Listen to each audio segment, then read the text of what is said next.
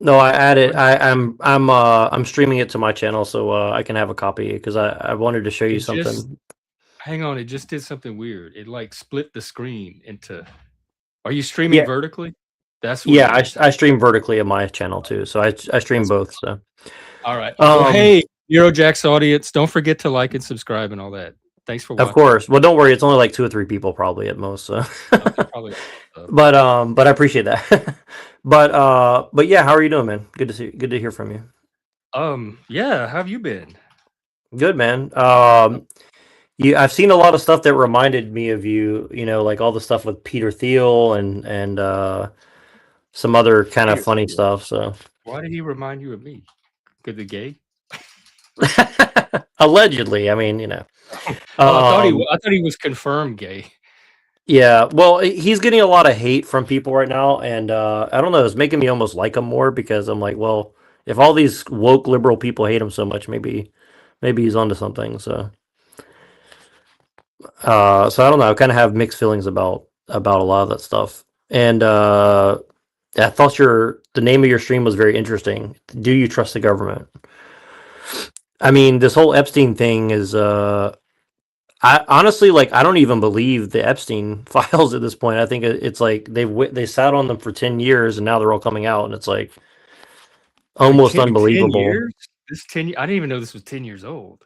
Well, I mean, a lot of this information is 10 years old for sure. Like Oh, it's, happening from like they make it 2012, seem so 2013 special. and yeah, it's kind of weird. It's like I don't know. I think it's because some people are saying this is evidence that Trump's a bad guy. Some people are saying this exonerates him. Other people are saying, like what's Yeah, weird but is it's like now that's the not evidence though. If it's that many different stories that it can corroborate, that's not evidence.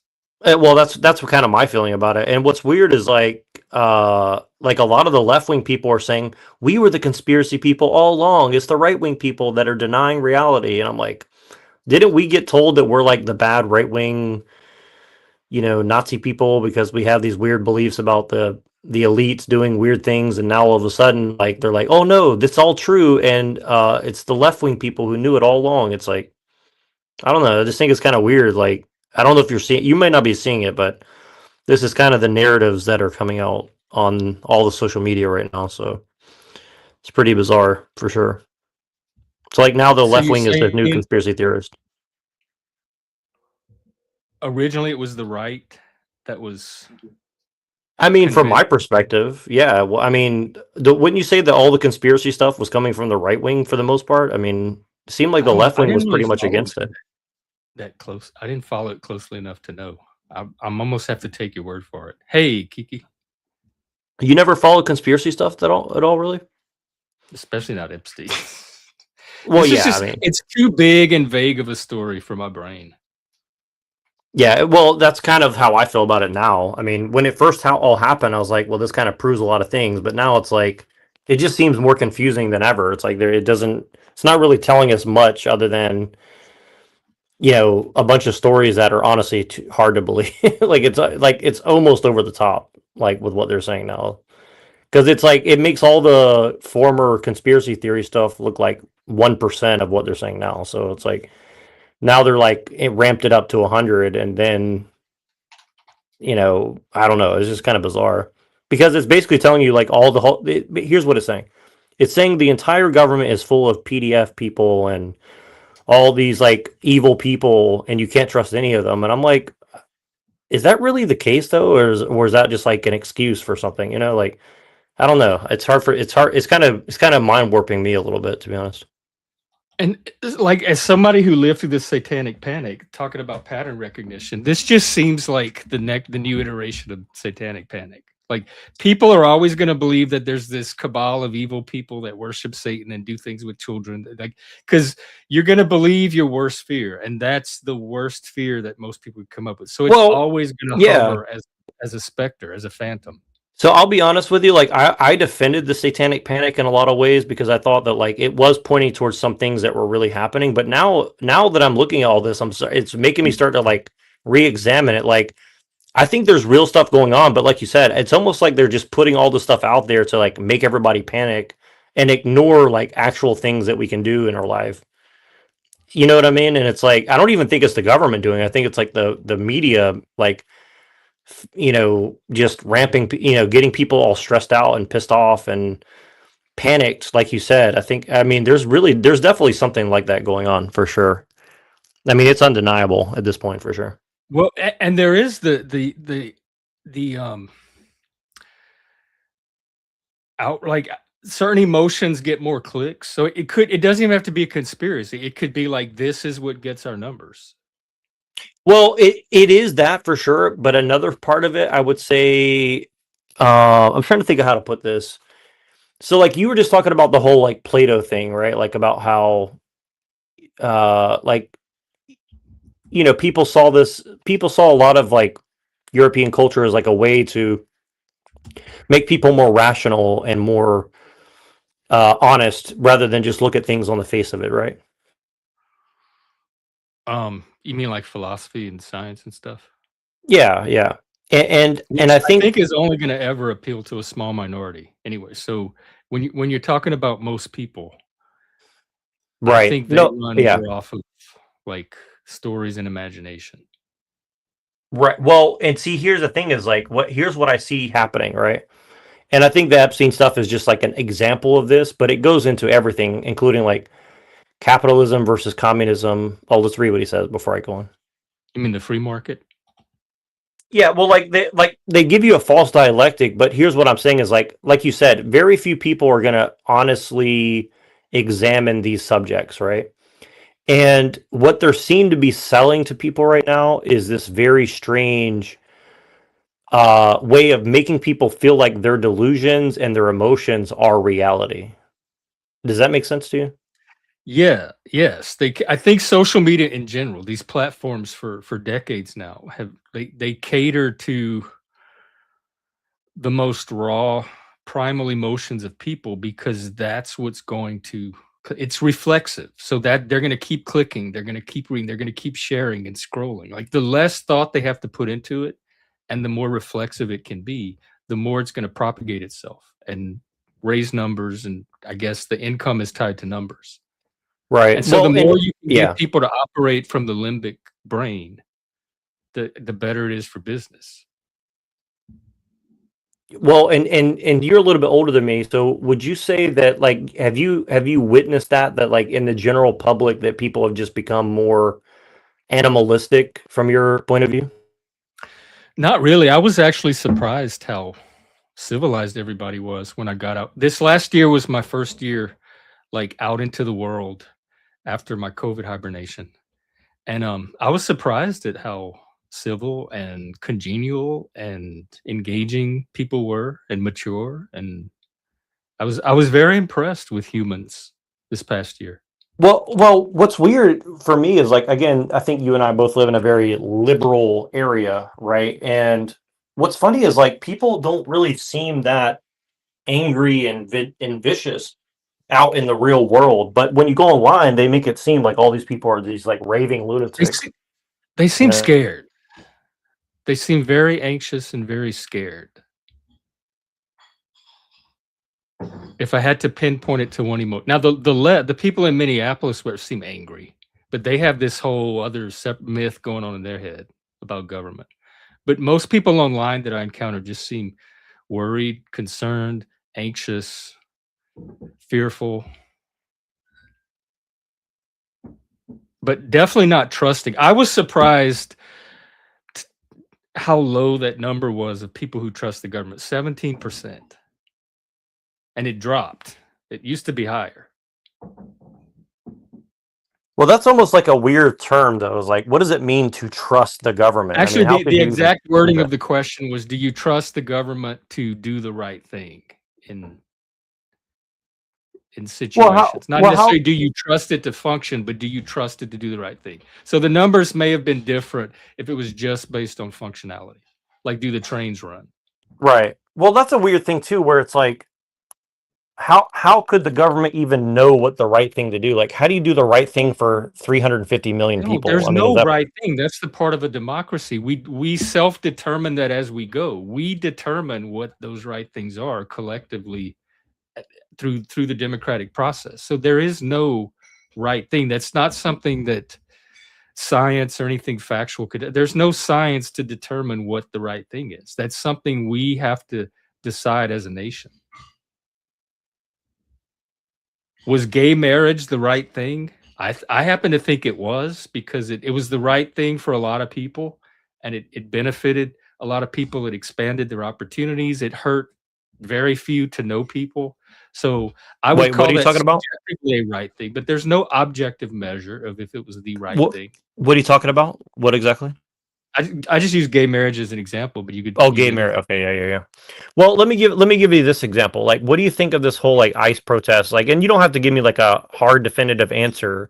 Like, I'll just tell you from my perspective. Like, honestly, like I don't have any hatred towards the illegal immigrants or anything like that. But what I don't like is that everybody's going to pretend that we're doing this out of the goodness of our heart, and I just think that's BS. Nobody really seems to really care about these people for anything other than some sort of weird you know altruism where like, well, these people are downtrodden and they need our help, but then like these people have definitely been used for like economic and political pawns, and I that's what I don't like about it, right? And so I just don't like giving the moral high ground to people who are like, well, America shouldn't have borders because white people did bad things, and we should just have open borders, and these people have a right to work in this country. And it's like, well, look at the whole rest of the world. Like, if I try to go anywhere in the world without paperwork, like, I'll get thrown in prison, and bad things are going to happen to me, right? Like, that's just the way it is. So like, if you want to say America's like a magic dirt place, that's one thing, but I just don't understand the whole fake moral outcry that I see from the left wing people. It seems like they're symbolic more than their concern is symbolic. The immigrants represent something in their inner story, their inner myth, more than their people that they have some kind of direct relationship to. And also, my objection to it is those are the cheaters. There's plenty of people that are standing in line trying to do it the right way. Why are the cheaters the one getting your loyalty? Well, that's my big thing too. Is like, I'm friends with a lot of immigrants, both people who came here legally and legally, and they all seem to agree that like, even if they came here illegally, most people who come here illegally, they do not want other people coming here illegally. You know what I mean? Like, Yeah, I they're don't like, it blame them. ruins it for us. Do you know what I Yeah. mean? Like, They're not anti-immigration, they're anti-illegal immigration. We have an immigration system, people are using it, it's working, people are coming in through it and legitimately getting to live and work here. Why are we prioritizing the people that want to go around that and cut in front of everybody? If you were standing in line at the DMV and a group walked in and just cut in front of you and started getting their driver's license ahead of you, the whole place would be an uproar. They'd be pissed. Nobody would be cheering for those people and trying to paint them as victims and heroes and poor misunderstood people. That's why the whole thing's it's a bullshit narrative. well, so I put a link in the back, and I wanted to get your opinion on it because I think you're the foremost gay expert that I personally know. So, as the gay Oh, expert in my you life, I big want to on get your Yeah, I want to get your official opinion on this. It's a short video; it's like 1 minute, I think, or less. So, right. I think you would. I really think that you'll be triggered by this, and I don't mean to trigger you, but I really want to know what you think Oh no, I welcome of being this. triggered. Let's take a look. Hopefully it's not copyright or anything. You have to go Oh, down. it's There's a muted. Hang on. little. Yeah, it's muted. Yeah. Usually because they are in a white space and they've only been Wait, why? How do I start it conditioned over? to be in white space. You just have Can't to rewind. enter and pause it, and then unmute it again. So just reload the page. Look how much That's what sucks about IG. It's kind of weird. Oh, and then it goes back privacy. on mute. There's a Black creator on here that said that when they go out, they see a lot of Asian. Do you have it where you can share it from your screen? Oh, sorry. Hold on 1 second. Let me reset my thing. My audio cut out. Okay. You probably on an iPhone. Hey, David Wayne. Made it back from where? Good to see. Are you on an iPhone? Yeah, unfortunately. That's what there's an iPhone glitch. It knocks people's sound out anytime anything drops from the screen. it'll take the sound with it for some reason, and people have to Oh, come back. I'm glad you told me that because I've been wondering what the hell's going on because Can my happen phone is everywhere. my phone is awesome, but it's StreamYard does not like it for whatever reason. Do you have can you share the screen where I can just share your screen and you have it queued up? Yeah, let me just open my computer because I have my computer Okay. booted. I just got to open it up. So let me do that. I'll sign in here and I'll do it for you really quick. All right, I'm Because I think it's worth I looking never at. use Instagram, and I'm terrible at. I don't know how to Yeah, get it. I don't. Instagram sucks. I mean, in so many different ways. So, but I'll tell you a story about another video that I can't find right now, but I really want to show you. So, there's another video I saw where it was saying that. It was saying that. Okay. So it was saying that all the other gay people went out to protest ICE, but they didn't see enough white gay people, and so they were saying that like white gay people need to like show up for the ICE protest and show that they're not a part of white supremacy and all this stuff. And I just found it like extremely strange. That shows you right there. These are not serious people. That's if you're concerned about the immigrants, that is not going to be your top concern. This is tribalism and virtue signaling more and status more than actual concern for the people that they're trying to defend. Yeah, Because but if it's you're like it's out just there bizarre, fighting right? ICE It's like and you have time to count the white gays, your focus is not on the immigrants you're trying to protect. well, and it's like how would you know who's gay and who's not, and who? I mean, you know what I mean? It's just judging everybody so weird. And again, it's why I said that like San Francisco gays are not this like monolith that everybody thinks, where they're like these people that uh they're not these people that just have like one opinion about everything. It's a very diverse group of people that have their own opinions about a great many of things. I mean, I literally knew gay people who were against gay marriage, believe it or not, right? So I mean, Against what? against gay marriage, right? So Oh and yeah, I did so too. so it's just like this thing where everybody's like, well, there's just a monolith, and every gay person has to be on board with this, and every straight person has to be on board with this, and every man. And you know what it really seems to come down to is like so much of it, because I know you're part of men's rights before, right? So Yeah. much of the modern political discussion is directly like basically it's like a long-winded way of saying men and their sexuality and everything about men is just evil and bad and problematic. And I just think that's so bizarre. Like I think that it's a tragedy that more people haven't seen that's really what is underlying a lot of this stuff. Uh, and that they're a lot of these people are really trying to hide that that's what they're really saying, in my opinion. I do think a lot of people see men or maleness as the enemy, but these are people that are obviously not men or male. And I don't care what people that are not men think about men. Just like I don't care that what people that are not gay think about gay people, or people that are not autistic think about autistic. If you're on the out group, I don't care what you think about the in group. You don't have the standing for your opinion to have the kind of credibility for me that it would if it came from the in group. And why would gay men, whatever color they are, white, brown, whatever, be expected to support cheaters?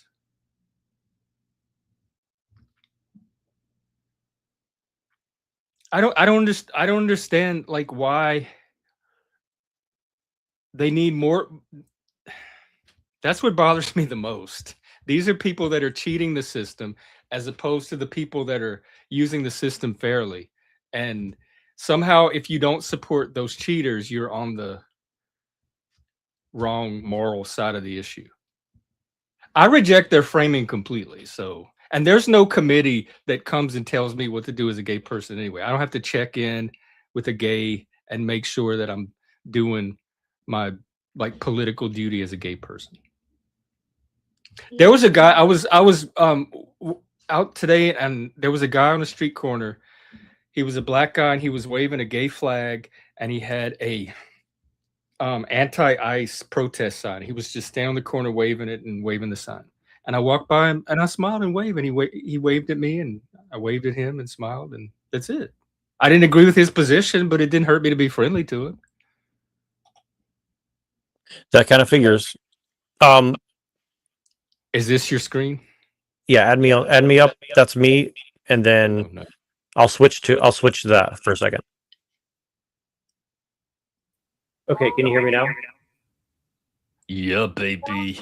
You can probably hear me double. Okay, so let me bring this up, and I'll show. Let me show you something really quick. So Most men I know, most normal, sane, healthy men I know, do not accept Andrew Tate as a role model or representative of them.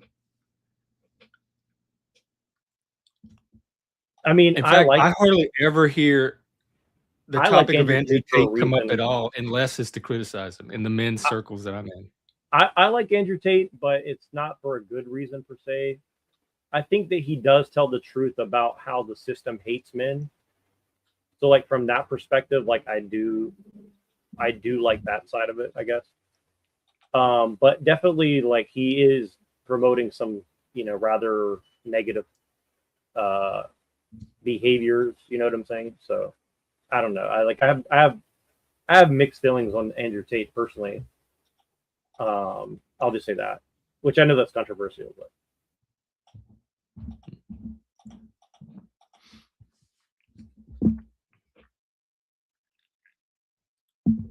All right, we're gonna see this video.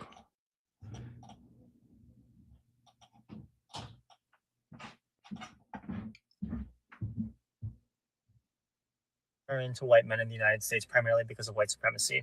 There's a black creator Oh on wait, can you restart it? I have to Asian turn him up. with white men.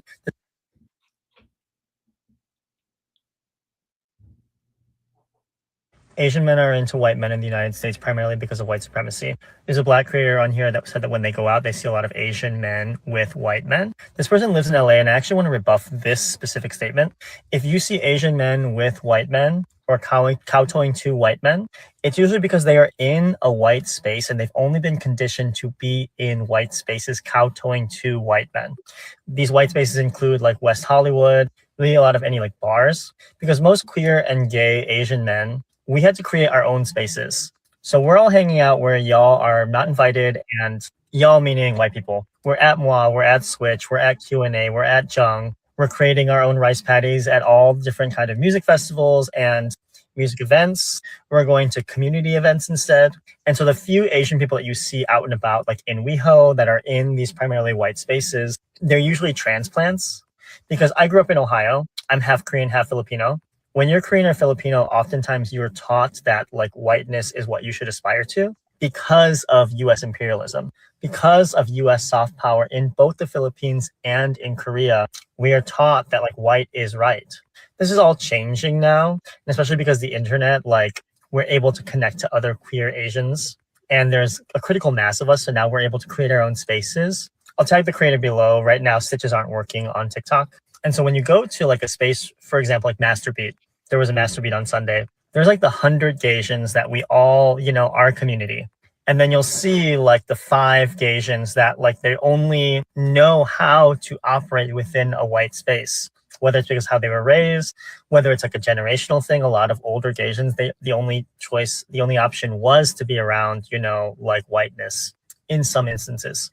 And being half Southeast Asian, half East Asian, it's very clear like Southeast Asians, when you go to something like Puri Volta, which is like a Latin warehouse party, it's like all Filipinos, Thai, and Vietnamese. Like we are always the first to kind of like seek out new queer POC spaces.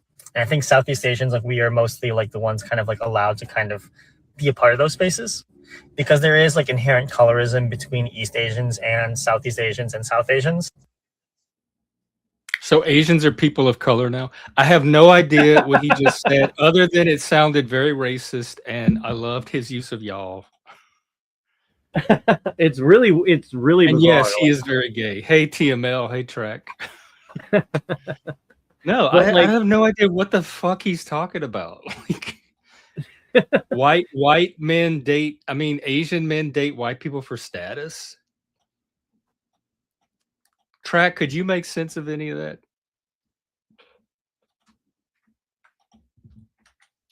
Welcome. I think what most people would say is that's racism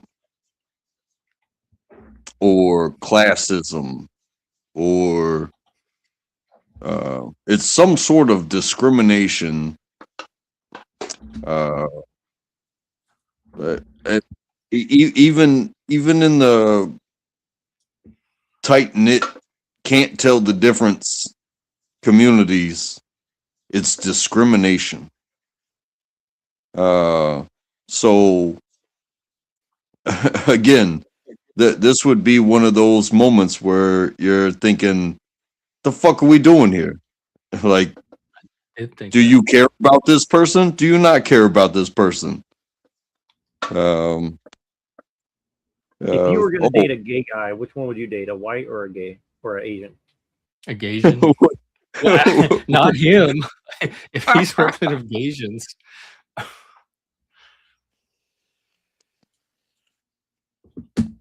Honestly, I wonder if this is a generational thing. Like my generation just didn't think this way. We were all at the gay bars, just having fun together. It was all about being yourself. We didn't care what group. Like it wasn't a group thing.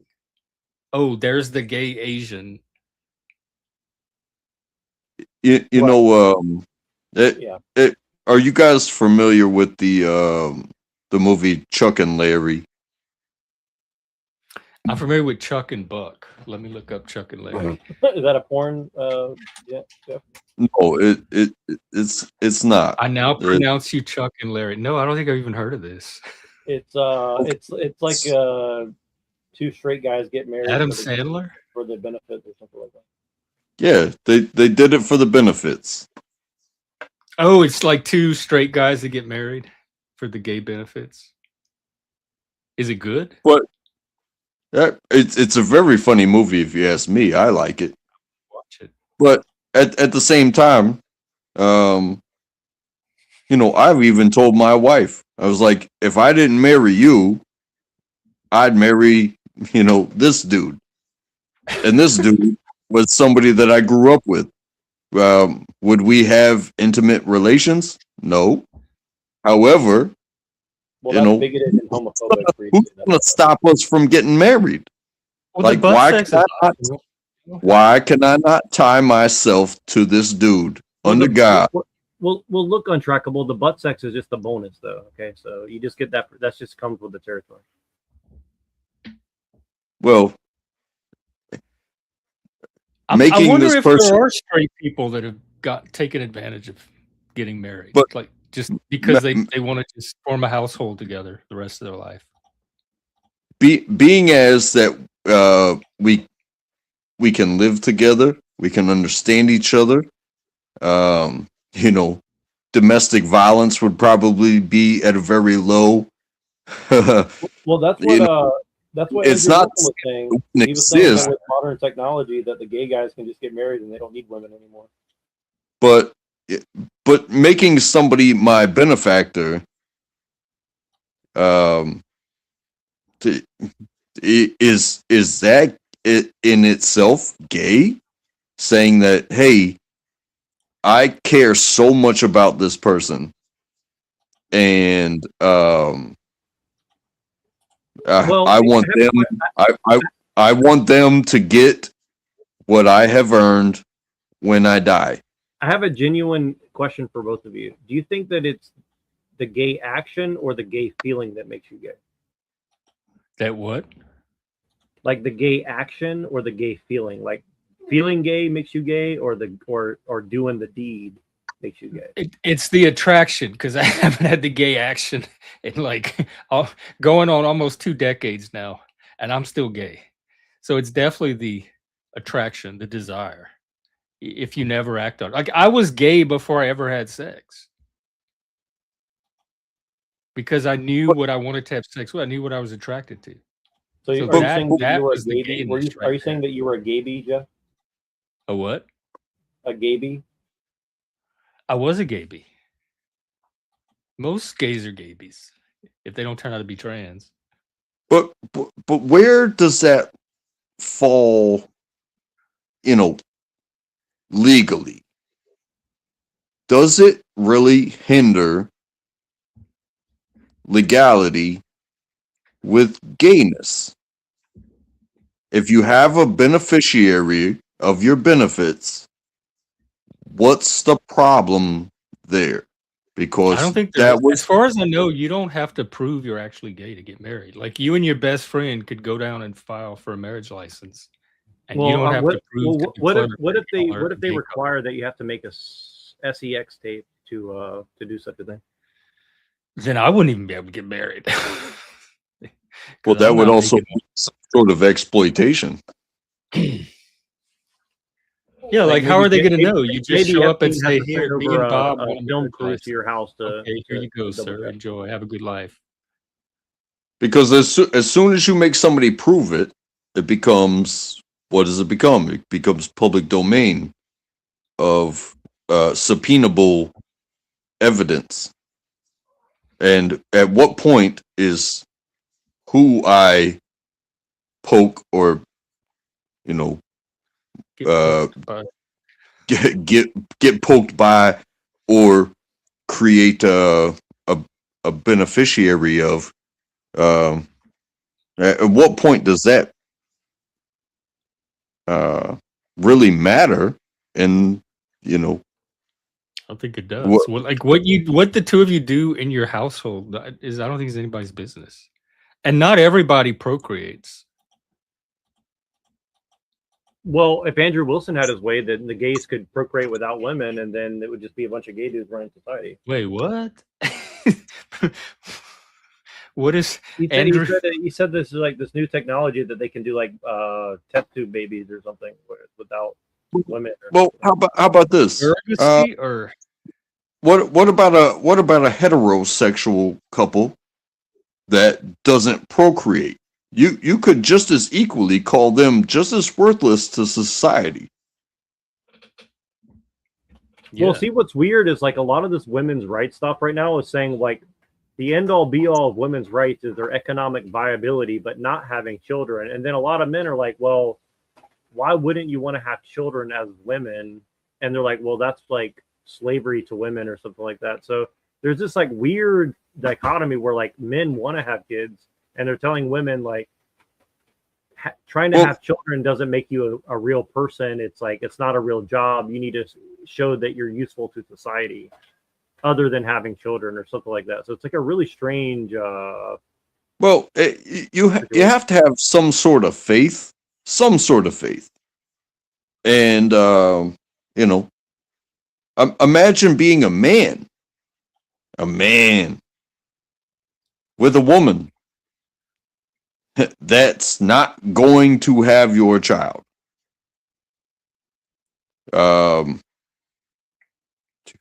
What are you now? What are you now? As far as what society tells you you are. Even if you are what do you call it? The one-on-one. You're monogamous. Even if you're monogamous with your intimacy, but you don't procreate, are you going to listen to society or are you going to live your life? I think that's what the gays learned very early on in my generation. Not to listen to society and to just live our life. That was what the whole closet was about, and not being in it. And I think for people that didn't go through that experience, a lot of people are having their own version of that now, like a lot of men. And I mean, I've gone. I went through those questions when I was much younger, well before I was married. My mother said, "When am I going to get a grandbaby? When am I going to get a grandbaby?" And I mean, I was an uncle when I was an 11, which means she was already a grandmother. But every girl I dated, when am I going to be a grandmother? When am I going to be a grandmother? And I'm the last of three. It's like, you're not putting this pressure on my brother. You already have a grandbaby. Why are you asking me these questions? Why when am I going? Because women are eugenicists. They want to see their fruit multiply. But you don't think men do too? Yeah, but I think women are more. I think women are the drivers of eugenicism or like pro progeny. I think men want it instinctually for a legacy, but women want it for like continuity of their bloodline or something like that. You know, like I mean, maybe maybe I'm wrong, but that's kind of my sense of the difference. Like men think of legacy, and women think of like continuity of their. Is it the same? Is it the same thing? Well, you know, and maybe. I will share a little bit more. My parents broke up when I was 3 years old. I do not remember my parents being together. I know my father. I love my father. He's a good dude. I can talk to him whenever I want. I know my mother. She raised me telling me that my father was this bad dude. And then as a young man being raised by my mother, every girl I got with, where's my grandbaby? Where's my grandbaby? Where's my grand? It was like, hey, I I don't know if you want me to be like my father or if you want me to be like you, but I can't be like you with her. Yeah, because I can't be a her with her. Did you ever forgive your mama? Did you ever forgive your mama for trying to put the mama spirit in? I have forgiven. I step every single day in the steps of forgiveness. Were you not inclined to have children, or not sure that you wanted children? Was it not a natural instinct? Me? Yeah. I went through stages. Okay. Honestly, I left the military because I wanted a family. I did not like what I saw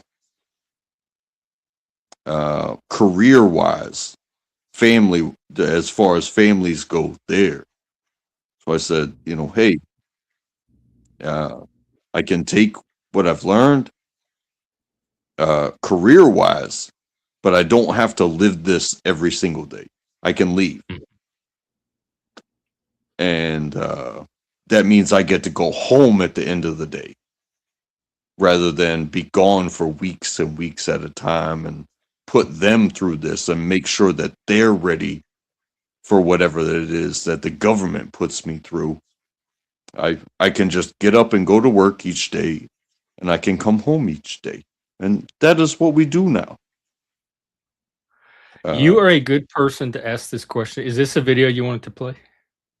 Yeah, it's kind of related to what we're talking about. I wanted to show you guys. I want to ask Track. Designed for men, not women. The system just wasn't built for women. This is why our bodies hurt so much. Our periods are sick, we have acne issues, fertility issues, exhausted, bloated, moody, and we still got to perform like nothing's happening. I'm going to be explaining this in detail to you guys. Men run a 24-hour hormone cycle. Women run a 28-day hormone cycle. Men wake up with high testosterone in the morning, perform best mid-morning, crash at night, and then literally repeat again the next day. For women, our energy, metabolism, focus changes every single week. We have 4 different personalities. Period, follicular, luteal, PMS. Yet the world expects us to perform the exact same as each other, in the same jobs, in the same fields. So many of us women are burnt out, moody, breaking out, strong infertility. It's not you, it's the system. Out of sync with our biology. I think it's time the world caught up and started adjusting to women's cycles. I caught maybe 1/10 of what she said. She's basically saying like women on a 28-day cycle, they have 4 personalities. So like it's not fair that women are expected to live up to the same standards as men for 9 to 5 in the office and work and all that stuff. So they're saying she's basically saying well, how come like plenty of women I know do it? She just sounds like a whiny, entitled, princessy bitch. That's Dr. Whiny Princess Bitch to you. Okay? Well, whatever. Track, having been in the military, having served, do you trust the government? No. Okay. I believe that their logistical systems are on point. I believe that they give their people everything that they need to succeed. But when it comes to the ultimate purpose, those things that you wind up seeing in the news, no, I don't. Because we could do a good job. We could take care of each other. We could get the mission accomplished. But then the next day on the news, America, the bad guy. You know what I'm saying? Yeah, but that's so like cartoonish and that's not like a statement of reality. That's more to appeal to some kind of story that people might have about America. But I'm wondering, is there anybody out there that is part of the 17%, or am I alone on my own little island? Because 83%, according to Pew, does not trust the government to do the right thing. I do not trust the government to do the right thing. Well, here's what I would say. What's your definition of trust and what's your definition of right? And I think that most people don't know the answer to either one of those questions, particularly when it comes to the government. Well, I trust it because it works. Like it my whole life, it's pretty much delivered on the services that it's there to deliver. I see the government as practical and functional. As long as it's functioning on a practical day-to-day basis, then it's working. And a lot of people's mistrust about the government seems to be moral. Like it's not living up to certain standards or ideals, or it's corrupt, or it lies to people, or this and that. That doesn't affect my day-to-day life. I'm living in I'm living in a country where we have things here and we do things here that are amazing to me, and they work on a day-to-day basis. And it's because we as a nation collectively, the government is all of us. It's not just Congress, it's not just the president, it's not just the judiciary. It's all of the bureaucracy. It's everyone that gets up in the morning and goes to their government job and keeps it going. Like I have faith in all of that. I am inspired by that. I have admiration for those people. Like we as a nation are making this huge complex machinery yield amazing opportunities and results for so many people. And I don't know how people can overlook that. So I think we're looking at different things when we talk about government. And I'm looking at like on the ground, how the government is operating on a day-to-day basis and intersecting with people's lives. It's not an abstract, like social media entity that I have narratives about. You know what? I'm not sure if I mentioned this before. I've never really seen myself as a globalist. However, if boundaries were broken down and resources were made equal, the same way that you get clean water, Jeff, the same way that I get clean water. I turn on a faucet, I get clean water. If we could do that for everyone, that would be beautiful. That would be beautiful. To me, we mostly do. If you don't live in Flint, Michigan, or maybe Louisiana. Although our water's pretty clean. It comes out of the swamp, but it's pretty clean. And again, you even had Charlie break it down to marginalized communities. And I said, there are people who do, and there are people who don't do. That's not necessarily an excuse for the failure in the water systems. The water systems are fairly easy. But what's not easy is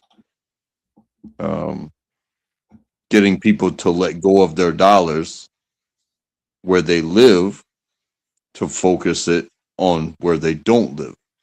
And why that water is dirty, I can't tell you. I've never lived in a place where I turned on a faucet and the water was dirty. Yeah, I was about to say I've never had dirty water. I mean, every now and then, like some people that have well water or maybe rusty pipes, but I've never had dirty water because of the government.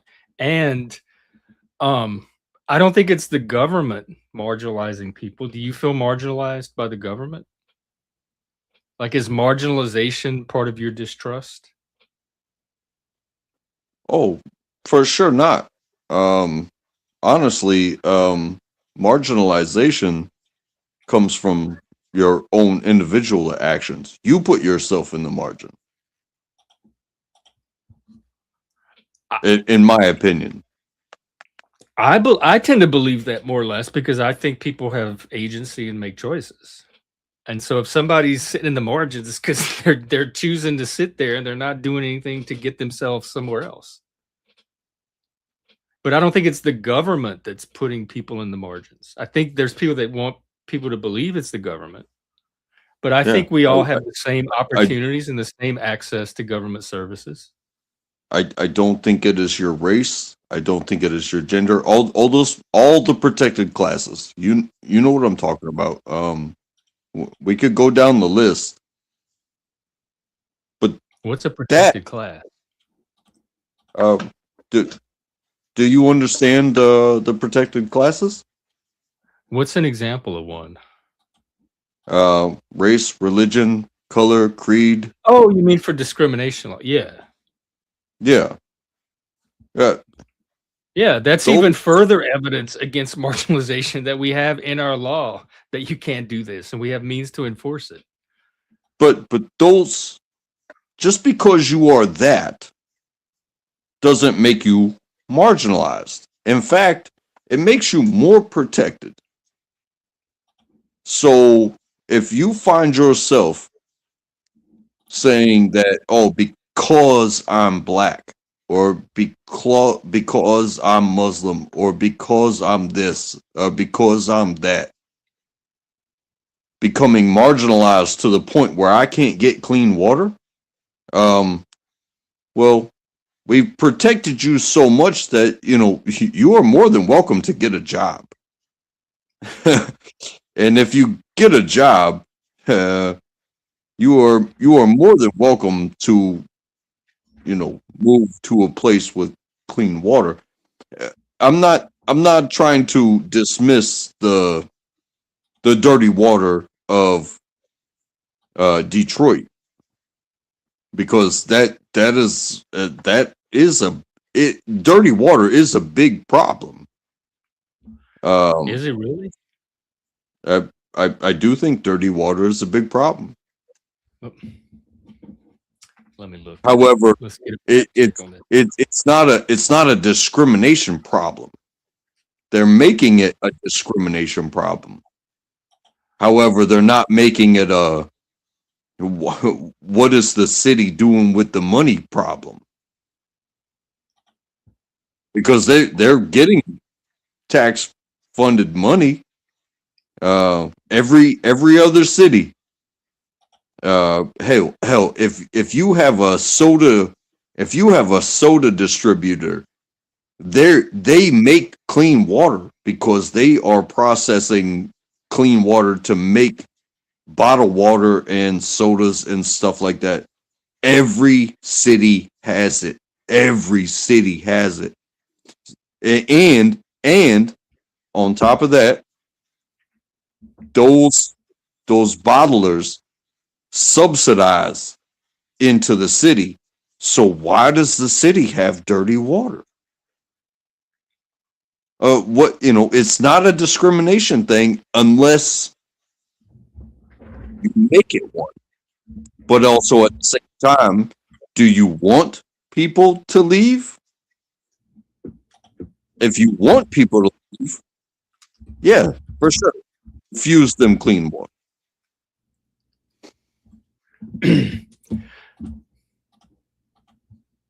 Like I said, other than Flint, Michigan, which is a very specific incident, I think most people can turn on their faucets and drink it here in America.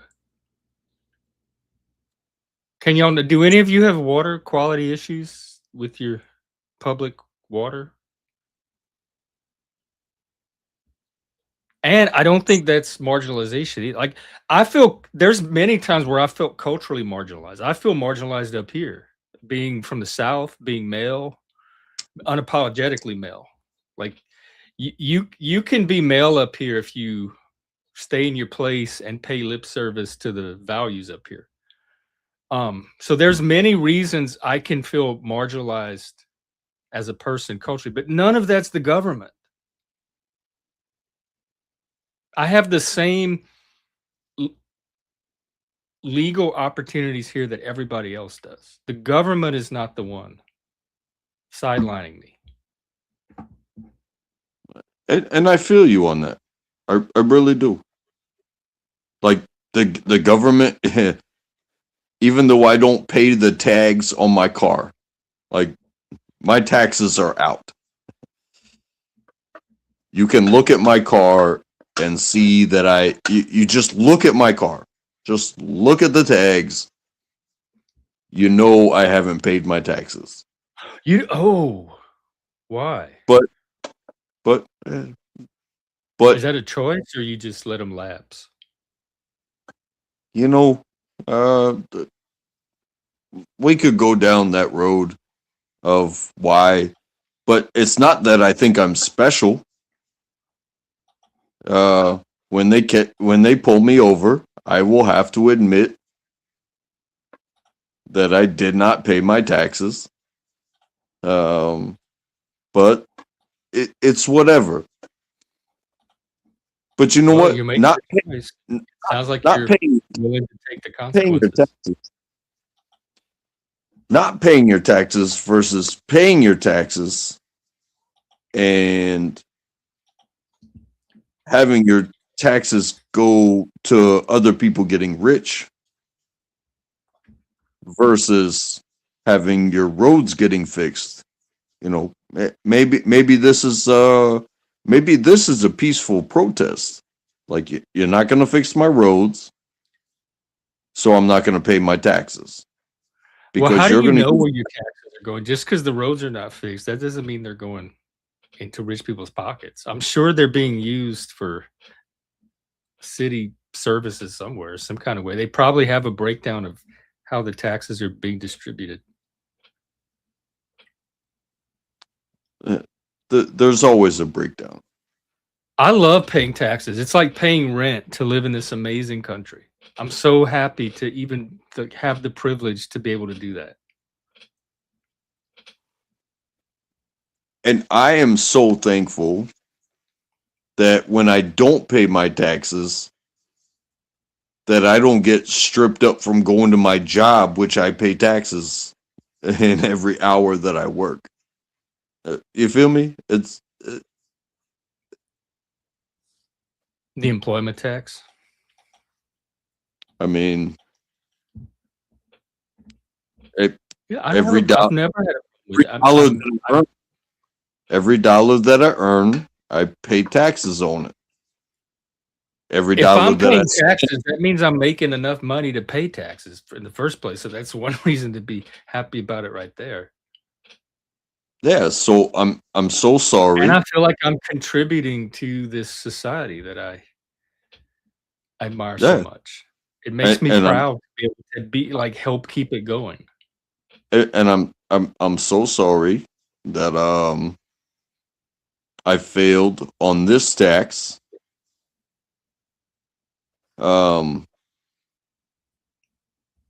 But I'm on my way to pay other taxes using this vehicle. You know what I mean? But it sounds like you failed intentionally Well, because you think the money's going to rich people, so you were deliberately withholding until they fix the roads. then why wouldn't I withhold all the taxes? I don't know. I'm just going by what you said. You said it was kind of a protest.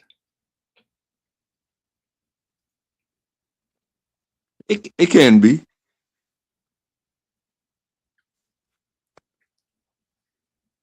But at the same And if I time, were going to protest, I definitely wouldn't do it with taxes. I would find other ways to to register my indignation than something as risky as tax dodging.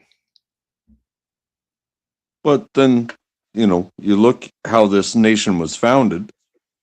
It was like, hey, you're going to tax us?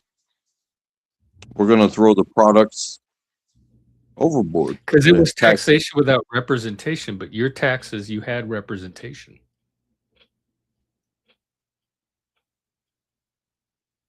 Again, you can claim representation So you don't feel like you have a voice. through the party system, but I never voted. I've never voted. Well, then you So have even what's- less cause to complain about. You didn't even use the representation that was afforded you. So it's even less like the founding of America. Well, what They is didn't have a voice at all. You had a voice that you chose not to use. I chose not to use the voice that was available. I used my own voice. Is that fair? And my voice said, I'm not paying you for this. I'll pay you for everything else, but I'm not paying you for this. I've already paid you 3 times. I'm not paying you for this. I would You do consider anything that for there's probably- love. But I won't do that. Does that make sense? Yeah, you can do that. There's nothing to stop you from doing it, but there's probably going to be consequences down the road at some point. Yeah, for sure there will. I mean, Hey, Joey. I got rear-ended a couple years ago. My registration was out. I told the cop, I'm the one that was the victim, if you will, of the accident. She asked for my paperwork. I said my registration's out. She goes, it doesn't matter. It's not your fault. So I basically got out of 2 years of registration there because I got rear-ended, and it wasn't my fault, and it totaled the car. So, I see all of You that know. as part of being a responsible driver. And when I'm on the road, I feel a duty as a citizen to be a responsible driver because that's what makes the system works for all the other drivers.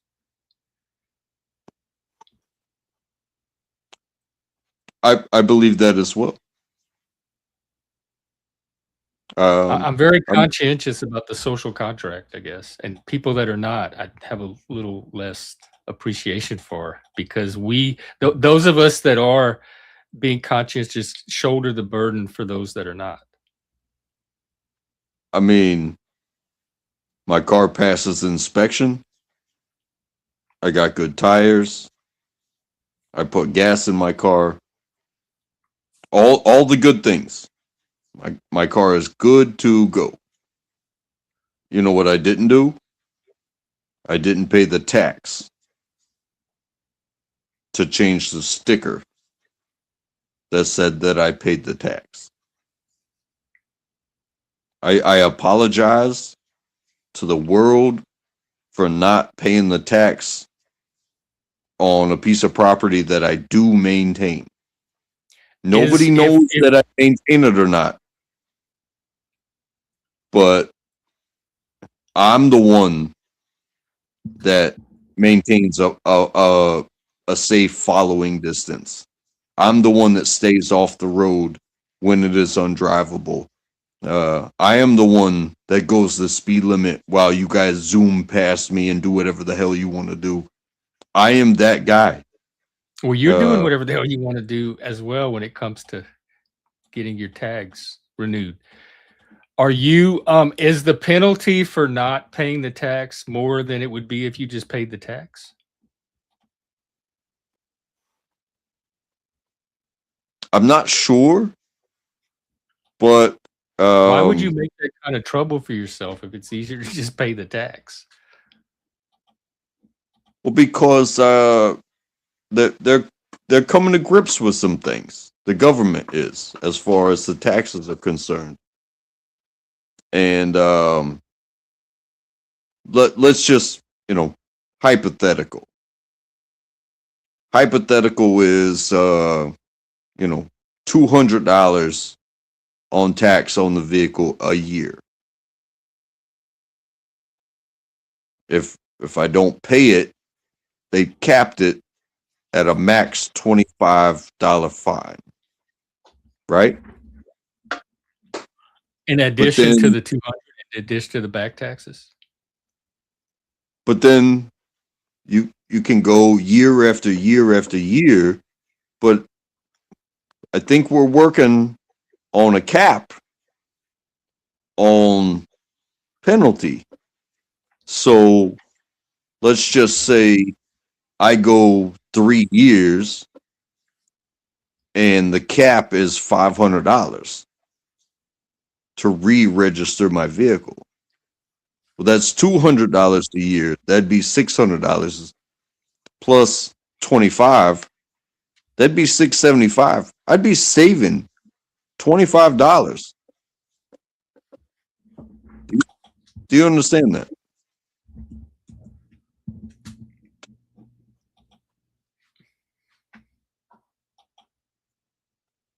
No. You don't understand that. Do you still have to pay the tax? Like if you get caught for your registration, they're not going to say, "Oh, you only owe us $25." They're going to want the 200 as well before you're made legal again. They're not just going to let you off of the taxes with a fine. Instead of getting the money that is equivalent to,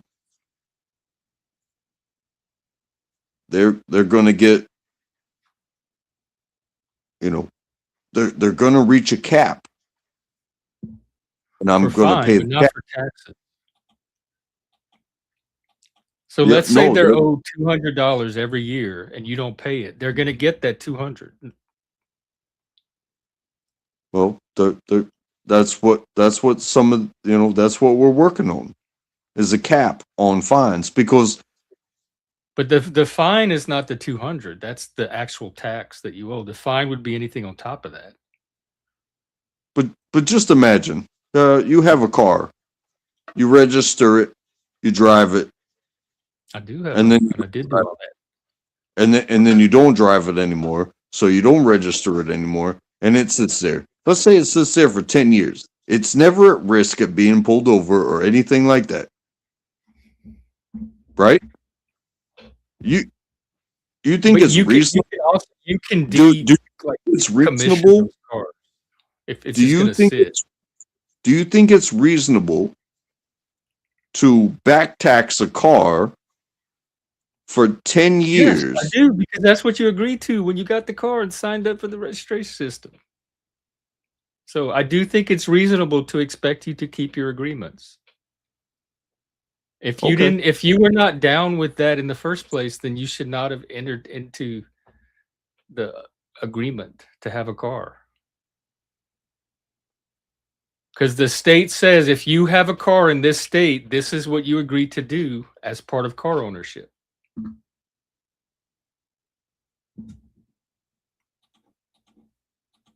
And I have the privilege of a driver's license and the use of our roads, and this is what we expect in return. And I have failed.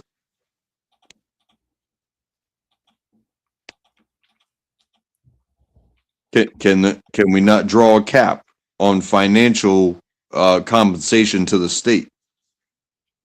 Can we not draw a cap? That would be done through the political process, and you said there's people already lobbying for that. If I had a problem with the roads, I would pay my registration like I'm supposed to, and I would go advocate or lobby or get involved in some political movement to improve the roads while also paying my taxes. Because not paying the tax is not going to get the road. The state's not going to suddenly start fixing the roads because people stop paying their registration. So if that's the motivation for not paying the tax, that seems like not a very effective way to get to your goal. And maybe that statement was disingenuous.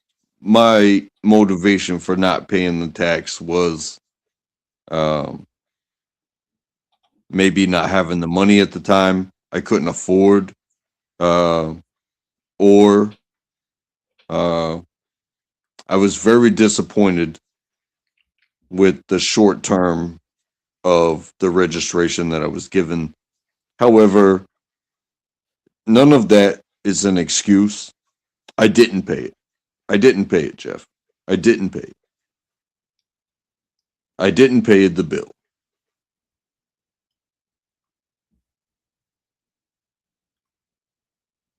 I just didn't pay it. There is no excuse. But you're There were also never, prepared to take the consequences. It sounds like.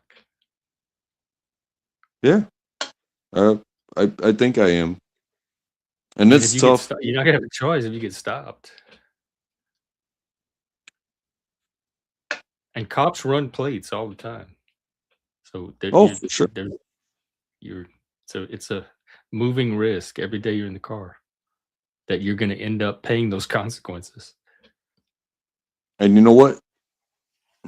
As as good a driver as I put myself out there to be,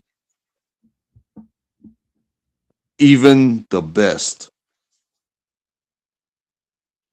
plates get run, like you said, and I will just have to eat the consequences in that moment, regardless of a cap or not.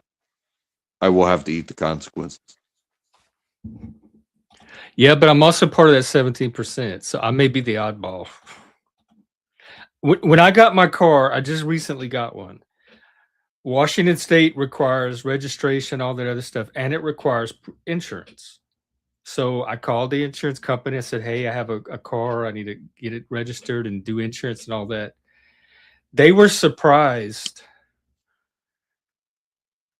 that I called them for the insurance. They said most people in Washington State, proof of insurance is required. I mean, insurance is required, but proof of insurance is not required to register a car. So they say most people don't bother to get insurance before they register their car. They just go get it registered because there's no enforcement or penalty.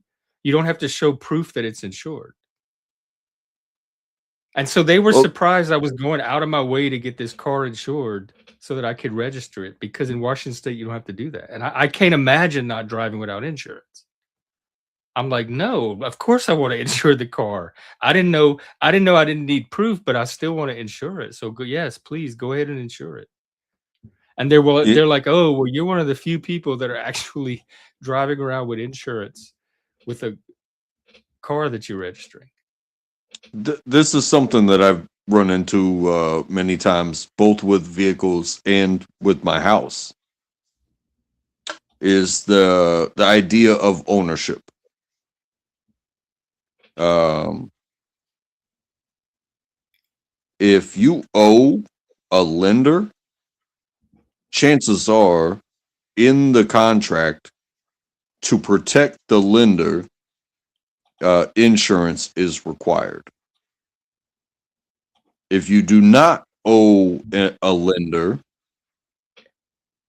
then it is really up to the state to require that insurance or not. And if they don't legally require you to insure something that you own, that it just puts all of the liability on you. Because if you're if a lender, you make payments, you took a loan, and now you have this piece of property that is the car, they require you to insure it because they are insuring their financial uh,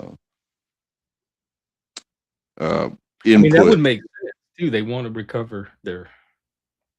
Right. But if you do not have a lender and you own something outright, um, who's going to require you to have insurance? if you lose Well, the you property, still, a lot of states lose still the require property. liability. You don't have to have collision, but you still have to have liability. So if the car's paid off, you don't have to have collision insurance, but you still, most places I've lived, you still have to have liability insurance in case you hurt somebody else with your car in a wreck, or you mess up their car that's not paid off. But Yeah, if yours but, is paid off, you don't have to pay extra to insure your car to be replaced. and sometimes they don't care as long as the bank isn't owed money, because then it comes on those people that you hurt / killed to come after you and what you have, and then it becomes like this civil thing.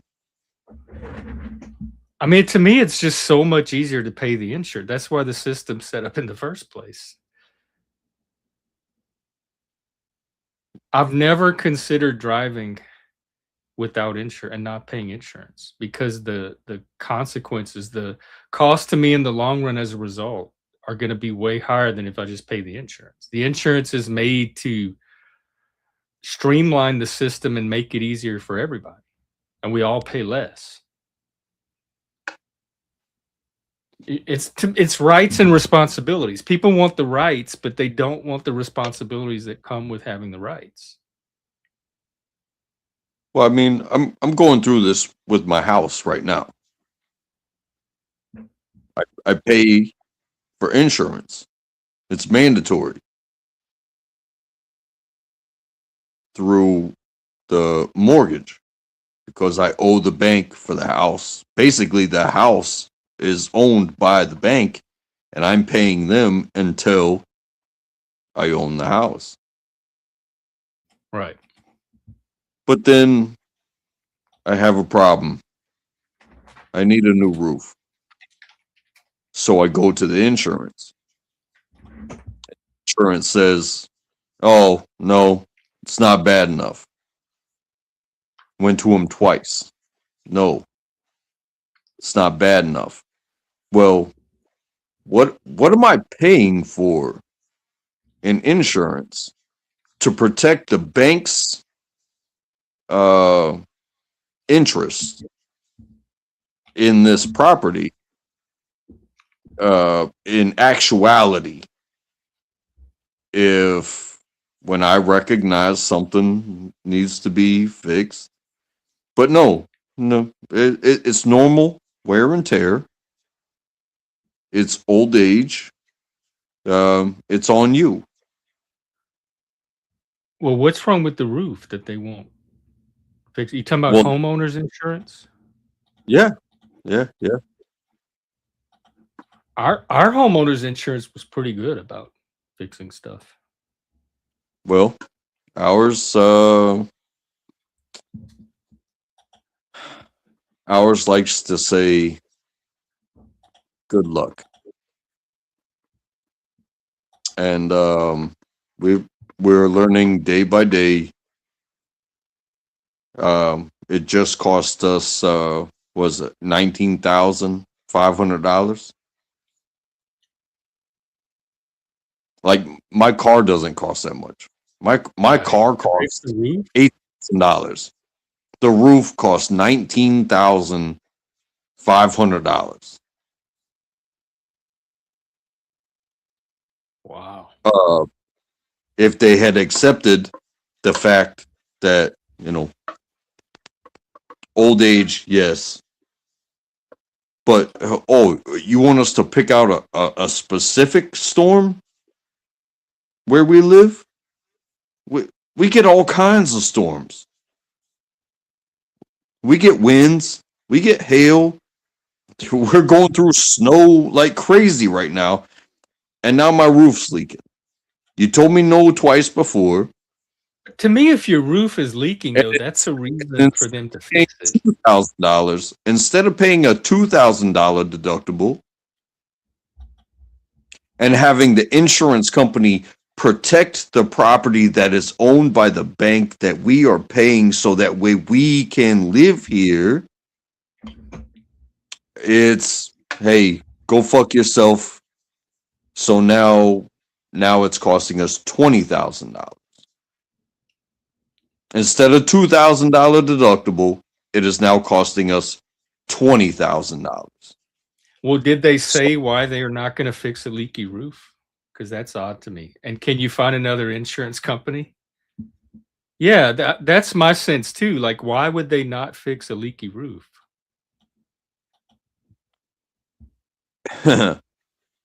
Insurance does not care about you. But they care They about care. the property, protecting and if the roof is leaking, that's something to care about. It's almost saying like, we don't want you to live here.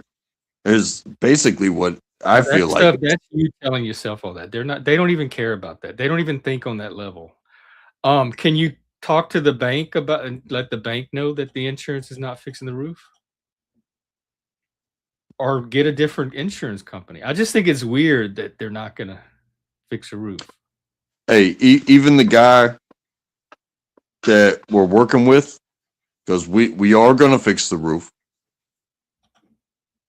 and we are gonna pay $20,000 for it. Said, hey, I've dealt with a lot of insurance companies, and yours, they do not like to help people. And I'll tell you straight up, I work with USAA, and if you know what USAA is, I don't. it is, you have to be military or be like a benefactor of military to get USAA. Oh. And I have been screwed over so many times. It's like, oh, this is the insurance company for veterans. We help veterans. You know, they ain't helping shit, bro. Well, why don't you Because go on social media and let them know this? Like, take it public. Go on Twitter and say, hey, this is what's going on my roof. Why aren't you fixing it? maybe I should, but Or just can you switch? Are you stuck with that company or can you use a different company? oh, I can switch. I even have friends that work for what's the blue one? Is that Allstate? I don't know. I got friends, Okay. but you know, I as a veteran, I went with the veteran community, and Oh, is it because it was cheaper? That's what RW's saying. That if it's a cheaper insurance, there may be lower payouts or less well, payouts. or no payouts. But it also, a lot of this should be spelled out in your policy, like what they will pay for, what they won't, and if the roof falls into that or not. Did they give It's you a just, reason why they're not going to fix a leaky roof? Like a specific reason in writing? oh no, it just started leaking today. Oh, okay. I thought this. So did you call them? Like they don't they have to send someone out and evaluate and all that? I know they didn't do all that yet. Oh no, they denied us.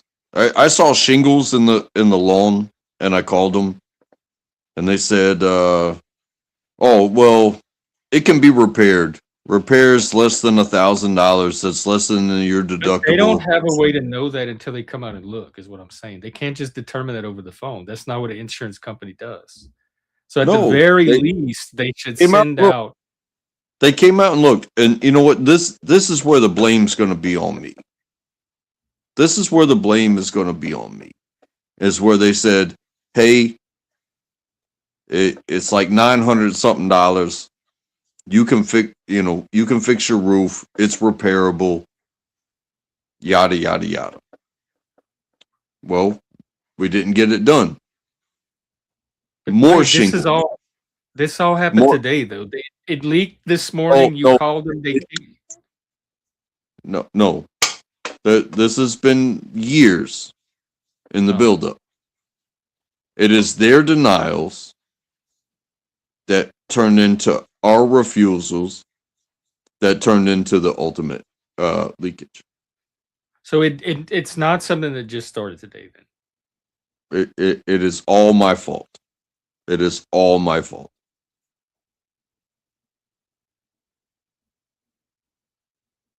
It is all my fault. And You how hard is understand? it to fix a leaky roof? Is it something you can maybe do or get some friends to do or some roofing company to do for cheap?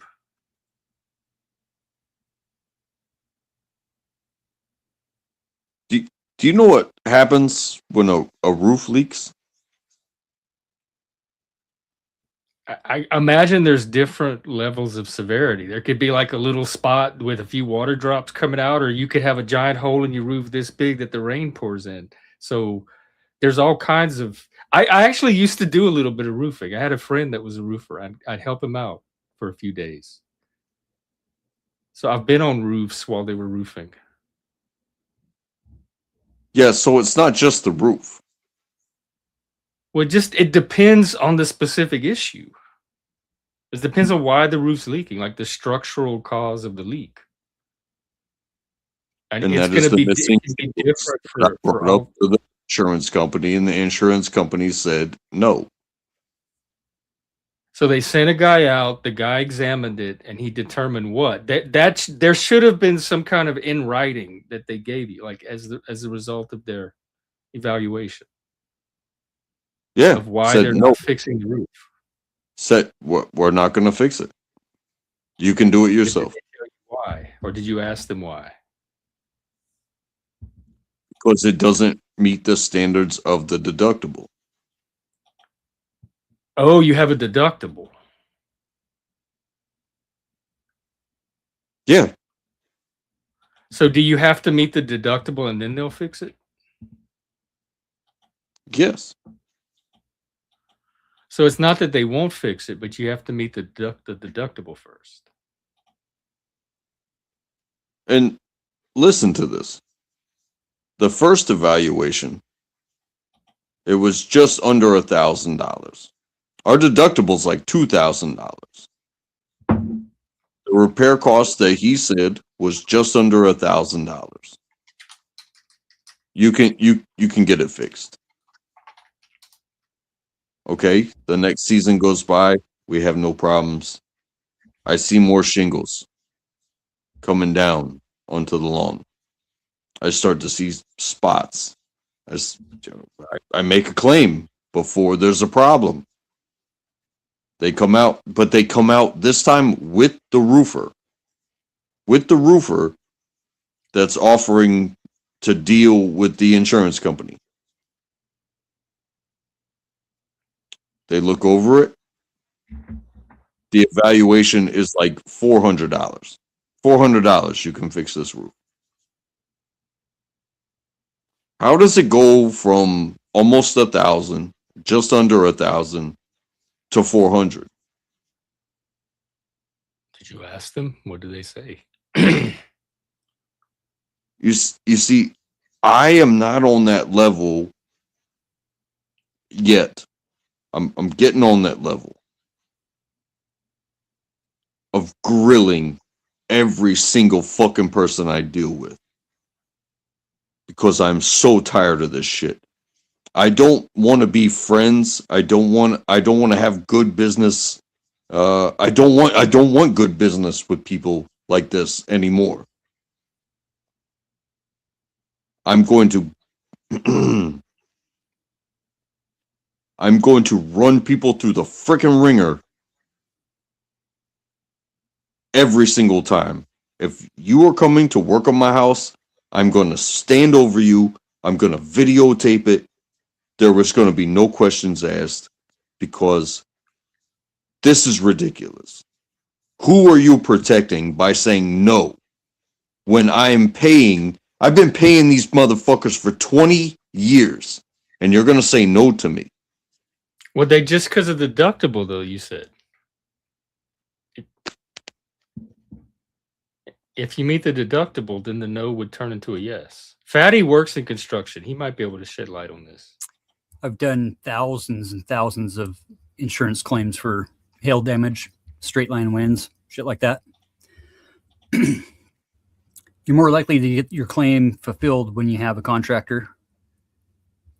I'd say, I mean, well over fucking 90%. But even having somebody there with the adjuster, they denied the claim or said it was less than the deductible. So it's still just cheaper to go out of pocket, basically, to patch it, right? That's what they said. USAA is notorious, dude. Like, we avoid USAA completely. Even just knowing that somebody's with USAA, we won't even touch that claim. Walk away from it. State Farm, for instance, puts out like, 50, 60. Hang on a minute. State Farm puts out fucking 50 million a year per catastrophe, depending on which catastrophe designation you get. So like quarter, maybe like quarter-inch hail to half-inch hail, you'll be in like a class 3 compared to a class 1 being like over 4 inches. So when they ask you what the date of the incident, you want to link that to a catastrophe designation within your service area. That pretty much obligates them to where if they deny the claim, now you can sue them because you were part of a catastrophe. It was a regional experience, right?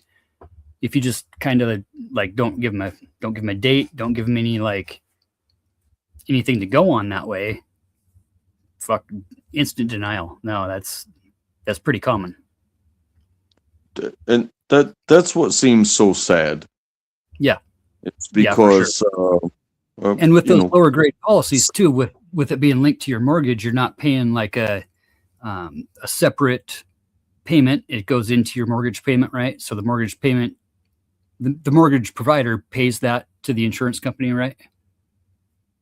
You're not writing two checks. Yes. Right. Yes. So they're giving you the base minimum policy, and it probably doesn't really honestly cover shit. Be lucky if it covered anything. But like you just said, when you do get a leak, you got blown in insulation. It's going to soak up however many gallons before it even gets to the drywall. By the time you notice the leak coming through your drywall, you're already fucked. You got mold damage. Now you got all kinds of different shit going on. I am so screwed right now. But you've got heavy snow load, right? Got a decent amount of snow up there, so you've already got pre-existing damage though too. So if they got record of where those shingles were missing from the high windstorm, I mean, anything over 45 miles an hour is considered like potential damage to a roof. So you could claim any windstorm as potential, but they should at least give you a whole slope of new shit compared to just patching. Kind of depends. I would imagine, no offense, but they're going to come out and you're going to be kind of gruff with them. You're going to be kind of stern with them. You're going to be real direct and to the point. Try firing up the smoker full of meat, and next time the adjuster shows up, like, hand him a fucking plate full of brisket. Goes a long ways. I think it sucks that way. I think the next time, if I ever after this have to deal with an adjuster ever again, I'm gonna lay the guns out on the table. Yeah, it works. Fuck the brisket. I don't even most like that. Claim that I ever had was this. I'm kidding. Boy I don't play like that. Dude was like, he had a foot and probably 150 pounds on me. And we're working this neighborhood. I didn't even realize at the time that I had signed up the Hatfields, and then the next day I signed up the McCoys in the same neighborhood. Right? Didn't even fucking realize that I signed up the Hatfields and McCoys. Anyways, I start smelling fucking bacon. It's like 2 PM. I'm like, I'm out there with my clipboard and my fucking, my logoed shirt, knocking on doors. Hey, hey, we're here fucking doing storm damage. And, followed by nose. Find this old boy. He's out in his driveway. He's got 4 fucking smokers, big 55-gallon drum smokers. And it shit's just rolling, dude. I'm like, what's up? Oh, hey, yeah, you guys got some storm damage? Like, yeah, we already got it taken care of, but come on in and have yourself a little plate, and get to talking with the guy. It's like, hey, fuck that other guy we had, Aspen. He was just kind of a jackass. I'd rather have you guys do my claim. Adjuster will be here tomorrow afternoon. Can you be here at 2? Yeah, I'll be here at 2. Show up at 1:30. He's out there. Same thing. He's got 1 smoker going. Hands this gal who is notoriously a fucking hard ass adjuster. Like, she'll deny shit just to deny it.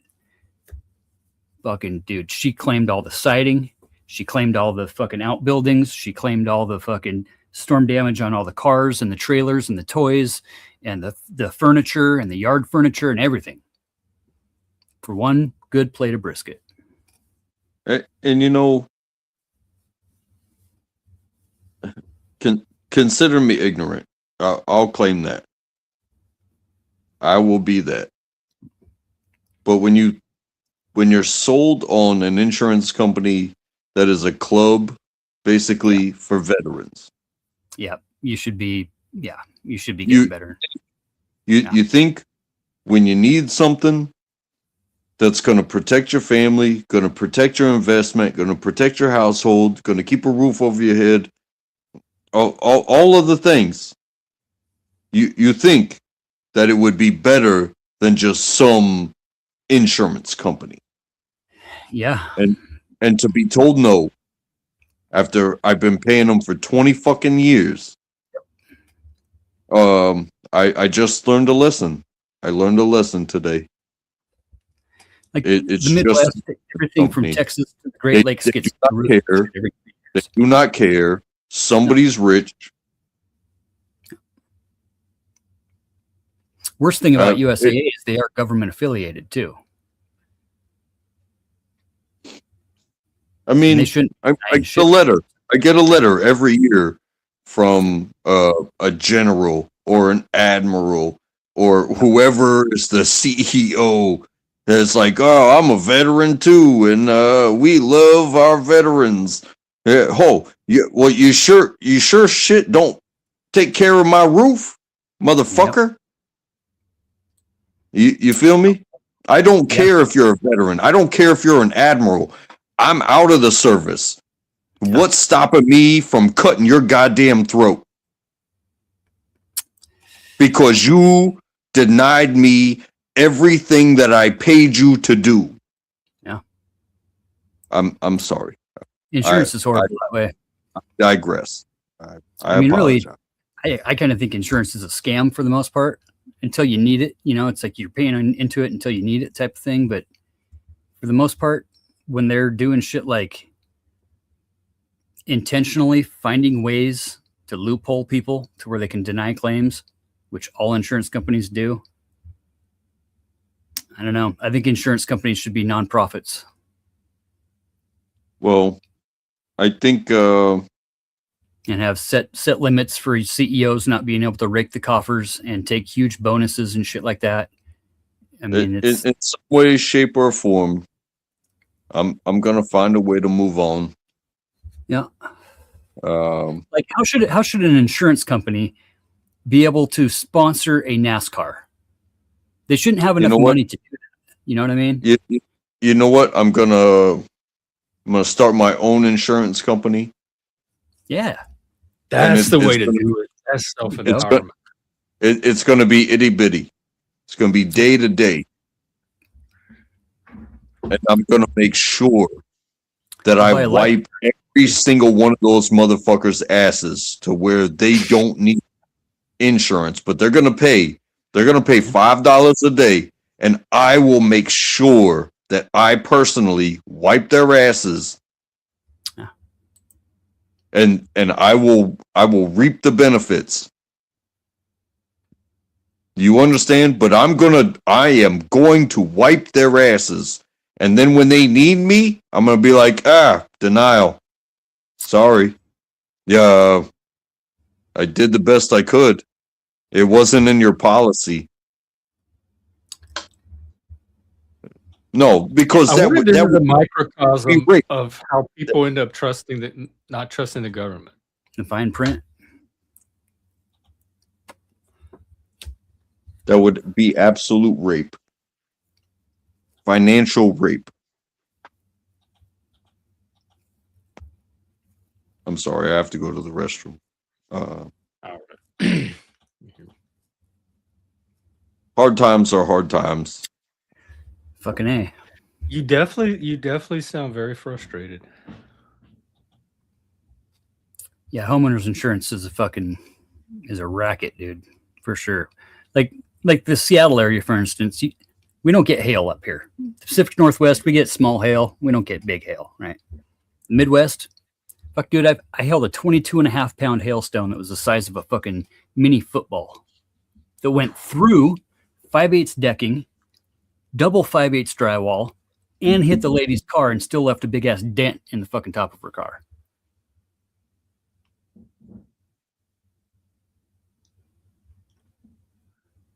They get hail like that all the time, dude. Everybody gets new roofs like every fucking 3 to 5 years, maybe every 10 years. New siding, the whole bit, right? Nobody up in these parts ever files a homeowner insurance claim. And when we do, we get denied. For floods, for fucking wind, for anything. Nothing. That doesn't make sense. Like that's, I don't know. That's most people I know with homeowners insurance don't get denied. Unless I know some places you have to be in a flood zone to get flood insurance. Otherwise, yep, and have the separate clause on the policy. That's set up ahead of, like when you buy the insurance, it's part of your policy, whether they'll cover it or not. You know that ahead of time.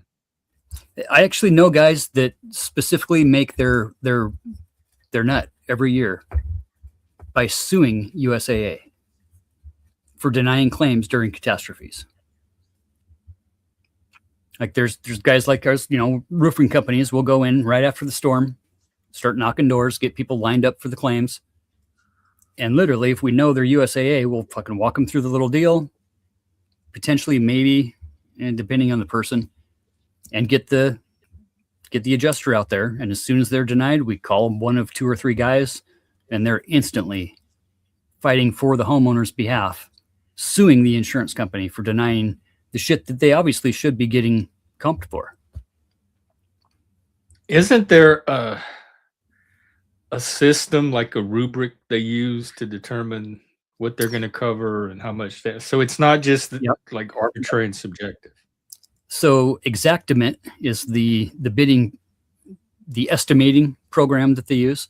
It kind of takes a national average on where you're at per region. Like down south, say south of the Mason-Dixon, Texas, Alabama, Louisiana, Colorado even, big hail all the time, but a lot of Mexicans. Well, at least as of till last year. Cheaper labor. The further north you go, the higher it pays for the roofing company. So the same exact house, say in like Oklahoma, maybe 15 to 20 grand, you're closer to 30 grand getting up into Wisconsin and Michigan and shit. Now you're expecting the white guys to show up, right? And the white guys show up in the morning drunk on blackberry brandy, not from the night before, from that morning, right? At 9:30, 10 o'clock in the morning, the Mexican crews show up at fucking 7 a.m.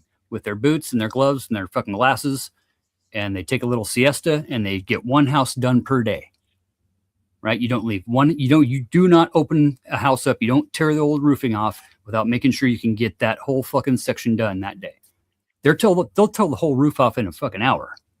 Not one piece of granule, the yard looks perfect. Like nobody was there, right? You get a bunch of white boys in there, Mexicans or illegal shit all Mexicans? over the place, and fucking shit's all over the place, and fucking homeboy's got his dog running around. They're out there catcalling the neighbors' girls and shit, and like, I don't know, man. Why is the Mexican labor cheaper? Is it legal labor? Yeah. But they still are willing to if they're going to be up on the roof. Yeah, that's, I mean, a lot of them will come up on the work visas, and send 90% of their money back home. And they'll live in a, little swag motel with 4 guys in a 2-person room, or, 8 guys in a 4-person room, and stack the money and send it all back home and get paid as soon as the job's done. We file that work order, get the work order finished out, and get that final payment out. And that's, shit, within a couple days of finishing the job, you're getting paid. By the time you're on your 3rd job, you're finally getting paid from the first, and it just keeps rolling off. These guys will work 7 days a week, man, out there in the heat with long sleeve shirts on. White boys showing up, like putting sprinklers up on the roof and shit because the asphalt shingles are getting too warm to step on. And like just stupid shit. Now you got sprinkler water running through the fucking roof and damaging the fucking insulation and the drywall. So you're filing another claim on your own business for that damage. Don't get me started. So hire Mexicans when you can. Fuck yeah, dude. A lot of times there's no other fucking people to hire. White dudes don't want to fucking do that shit. And the guys that do, depending, there are good crews, but I don't know. All the people I roofed with were white. Hmm? They seem like they did a pretty decent job. Yeah. In fact, my mom hired my friend to do her part of her roof. We were up on her roof, roofing it. So it was good enough for her. She's very picky. She prefers Mexicans. Yeah. When it comes to some things, that's just, you hire the best person for the job. A lot of times too, you get later in the year, by Mother's Day to Labor Days in the fall, right? So Memorial Days in the spring. From like Mother's Day to Memorial Day, you'll get a lot of storms. And if you don't have your crew lined up by, like early June, you're not getting a good Mexican crew. They already got a contractor that they're working with. They've got 100 roofs to do. They got 100 days to do it. They get that shit done. They make killer fucking money and they go home. Well, here's the big question, Fatty. Do you trust the government? Are you part of the 17%? So good question. I would say to a point. I think local shit matters a hell of a lot more than federal stuff to a point. Trust your local government? I don't trust any fucking politician. But I think the services provided by like tax money, for instance, overall is better than not. It is the social contract, like you said, that we bought into and we're born into. It's not like we have a choice, but with well, is there another nation's social contract that you would prefer to have born into, but no. You got cursed with America? No, there isn't. Okay, so this is the best of all available. Are things fucked up? Yeah. For. Can they be fixed? Maybe. Who knows? But all in all, I think that there is a reason why we have regulations, and regulations usually come after somebody's taken advantage of a system. So we have to regulate that system that's being taken advantage of. National standards, I think, are a good thing. When we leave the like states' rights, we talk about states' rights. Roe versus Wade, great example, right? Now we have 50 different states that each get to implement their own regulations upon what women can choose to do with their own bodies. We got some states that are very lax and liberal, and to the babies inside the bodies, because there's sure not just women involved, right? If you want to call them babies before they're born, that's cool. But the problem is when we see like complications with pregnancies, now we're denying women. Right, because complications are the main reasons that women choose abortions. No, it's not. Complications complications are typically not foreseen. You know, there's just the unforeseen that requires emergency health care, which I don't think that's what people really have the issue with.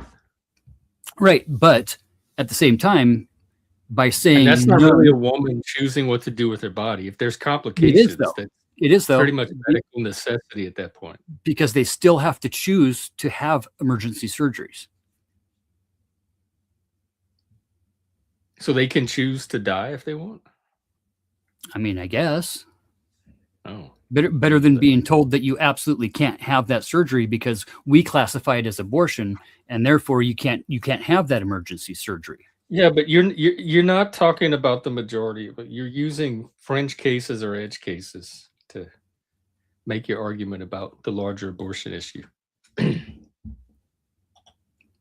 So it's sure I would say that it's not the We're talking about women who get pregnant and decide they don't want the baby. They don't want the responsibility. It's inconvenient. They can't rent. That's what we're not talking about medical necessity. Complications, which might make a woman who otherwise would have the baby have to decide, oh, do I want to take the risk? That's not the cases we're mostly talking about. right, but those cases are a major part of the abortion argument when it comes to it, because we have states like Idaho, right, where women are required to carry another policy when they're pregnant, a separate life flight insurance policy. So if you have a medical emergency, you can be flown in a helicopter to Utah or to Oregon or to Washington. Because we don't perform those things here. We've lost 3/4 of our OBGYNs, bro. You don't. What do you mean you don't perform even under medical necessity? No, because it's against the law. Let's see. You know, it's fucking, it's bullshit.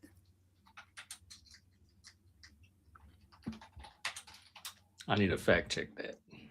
Yeah, it's horrible, but it's fucking, it's insane to me that the so-called moral majority, right, would pass laws that they can't even see past their own morals.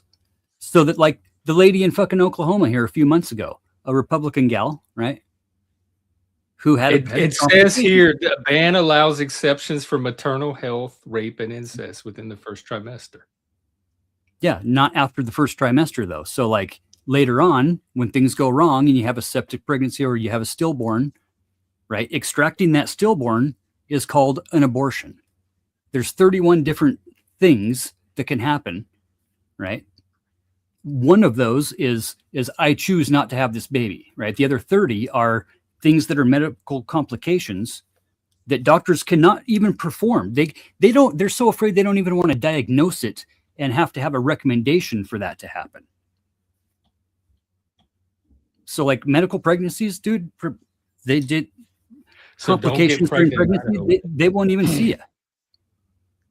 You know, that's one thing that I'm, you know, I just had my third grandchild, bro. Like, I mean, it's fucking insane to me that the so-called Christians that want to pass these laws on everybody else because of their morals, right? They don't think that you should be able to do that because of my morals, right? You shouldn't be able to do that. Why are you tying it to Christianity? You don't think people could have moral objections? Yes, I think people that aren't Christians can have morals. Yes, I do. But it's moral objections to this. I mean, I'm not Christian, and I don't think people should be going around killing their babies. Right. I don't either.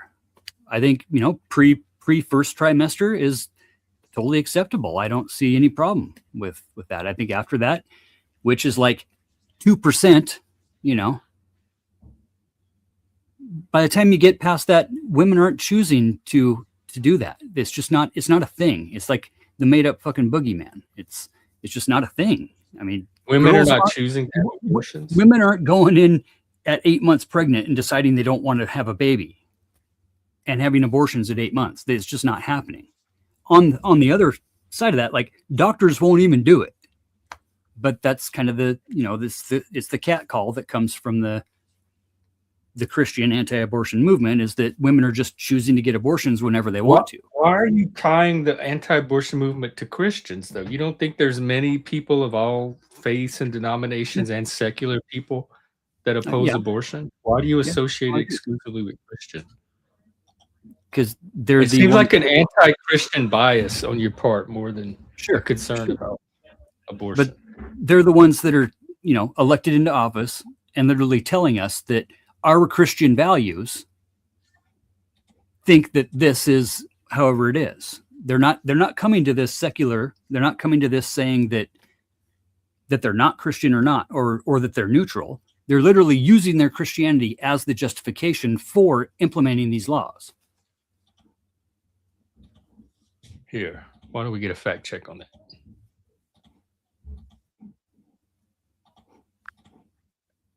Hey there, Jeff. Hey, Charlie. Are you on an iPhone, Patty? Fatty, can you hear me? We're talking about abortion and abortion law and the opposition of it being primarily Christian. I hear you The loud and rationale for it If- is religious, not objection on just moral grounds. Yeah, the opposition often draws from religious roots, but let's be blunt. Some just slap moral language on top of what's essentially faith-based reasoning. If you strip that layer off, you'll find that some objections don't stand up to scrutiny outside that belief system. It's worth calling that out when people pretend it's purely secular. Like for some reason, anti-abortion activism has turned into anti-Christian activism. It's because for a lot of people, the loudest anti-abortion voices explicitly tie it to Christian doctrine. When a stance is framed like that, opponents start seeing it as religious imposition, so it morphs into a bigger culture clash, where resisting the policy feels like resisting that religious influence. Okay, I see. So a lot of people are using Christianity as the basis for their opposition. Yes, many do. It's the backbone for their moral framework, whether they admit it or not. If you're dissecting this, don't let them hide behind generic morality if it's really religious conviction. Honesty about their roots would actually make the conversation clearer. Because I don't think like an objection to murder or killing people is exclusively Christian, right? I'm not Christian, and I don't think people should be going around killing their babies. And I know many secularists that don't think people should go around killing their babies. So I guess the tie to a specifically Christian sense of morality is more tenuous to me. You're right that opposition to killing isn't unique to Christianity. The tricky part is when people frame abortion in those terms and then tie it back to religious doctrine or when it's been historically pushed by religious groups. Secular arguments exist, but the public perception is often shaped by who's shouting loudest. So if it's tenuous to you, you're just seeing past the noise. Oh, okay. So it's is it more noise than fact? Often, yes. People get entrenched in narratives, amplifying what suits their worldview. The facts are usually more nuanced, but nuance doesn't make headlines. If you cut through the noise, you'll find many motivations, not just one grand truth. So expect noise, but don't mistake it for the full picture. Thank you, Charlie. That was very helpful. Ask him. Him. Oh, I turned him off. It's not a I him. can ask him. How many nationwide in the past few years? What do we see for women that face medical emergencies being denied access to care? They're talking about women that face medical emergency, like pregnancy complications, being denied access to care. That's a real issue. Those cases exist and they're not just noise. When laws are rigid or vaguely worded, some providers hesitate, leaving women in dangerous situations. If you're presenting this, focus on those concrete examples. They're not hypothetical, they're lived realities. And those facts deserve attention beyond all the ideological shouting. But these are the providers making the choice to not, like, because of the ambiguity of the law. It's not the law directing them to make those choices. True. Sometimes ambiguity leads to fear of prosecution, so providers err on the side of inaction. But if the law is that unclear, where it puts life-saving care in doubt, that's still a legal failure. So yes, providers technically make the choice, but the law creates the chilling effect. That's a system problem, not just individual caution. Well, yes, I agree. If the law is unclear, that does need to be rectified. But that's not the same as the argument that's being made about the state is enforcing this.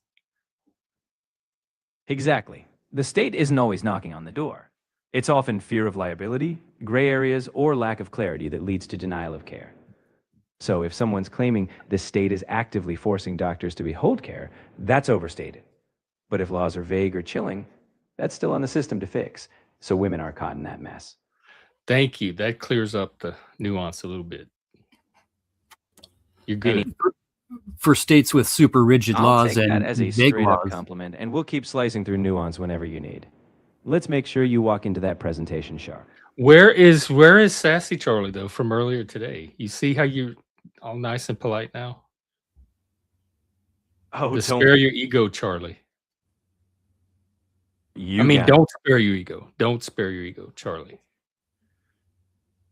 Don't spare my ego. No chance. I'm here to give it to you straight. If something doesn't add up, I'll call it out. We're not here for sugarcoating, just the honest, no-frills breakdown. Okay, and just for fun, can I get sassy black woman Charlie for just a sec? Oh, honey, you already know I'm going to tell it like it is. If something's off, I'm side-eyeing it, no hesitation. But we'll get you shining, and that's just the truth, baby. All right. Thank you, Charlie. Oh my God, I love our new AI future so much.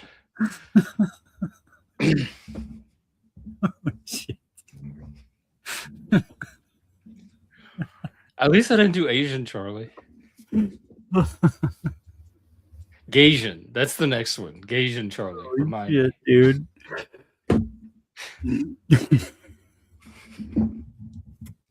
That's fucking good shit, dude. But, to answer the question, no, I don't necessarily trust the government. I'd say 51% more so that I don't than I do. Do I think some politicians actually do have the best interest of their constituents in mind? Yeah, I do. Do I still think all of them take fucking backdoor money and are probably not really 100% trustable on what they're actually saying to people and why they're doing what they're doing? Yeah, I think most of them are pretty much corrupt. That's very cynical. What would make you trust it more? What would tip it over that 51%? Getting rid of dark money, for sure.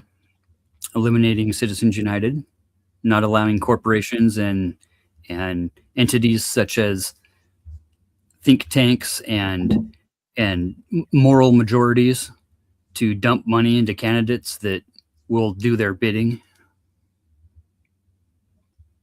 So did you trust government before Citizens United and all the dark money and super PACs? I mean, really, that was kind of when we were fucking at the, like, just, like our first vote, basically. So, because that happened around the time of Iraq. So did you trust the Iraq war? No. I mean, what I'm saying is, like, yeah, first of all, I voted Ross Perot every time, every national election. I've voted for Ross Perot. I write in Ross Perot. So no, I don't necessarily trust. So even if we didn't have Citizens United, all this, you still wouldn't trust it because you didn't. I think there's a point to where some of the shit that they do really does matter and affect us. Like, repealing Roe versus Wade definitely affected me and my family. Did they want abortions that they didn't get to have? And now how you're about, stuck like, with more grandkids than you how about want? when they're pregnant, right? Having to worry about something going wrong and not being able to get health care. Well, you said they just fly them to Washington or Utah. Sure. But I can understand this. And that's because the doctors themselves are the ones deciding. They don't want to take the risk because the law is vague. Right. Yeah, you either do the work and get sued by the government, right? Possibly. because it's not clearly spelled out. That's why they're making the decision, because they have to interpret it, and they want to err on the side of less risk. Mm-hmm. So for a pregnant gal, they're basically worrying that if something does go wrong, that you'll go to the hospital and now be told that they can't do anything for you, and you got to come out of pocket for however much money to fucking be flown to a different state. If you're at a point where it's critical enough that you need immediate attention, right? I mean, we literally have gals dying in hospital parking lots, Jeff. That didn't happen fucking 5 years ago because they could get the care that they needed.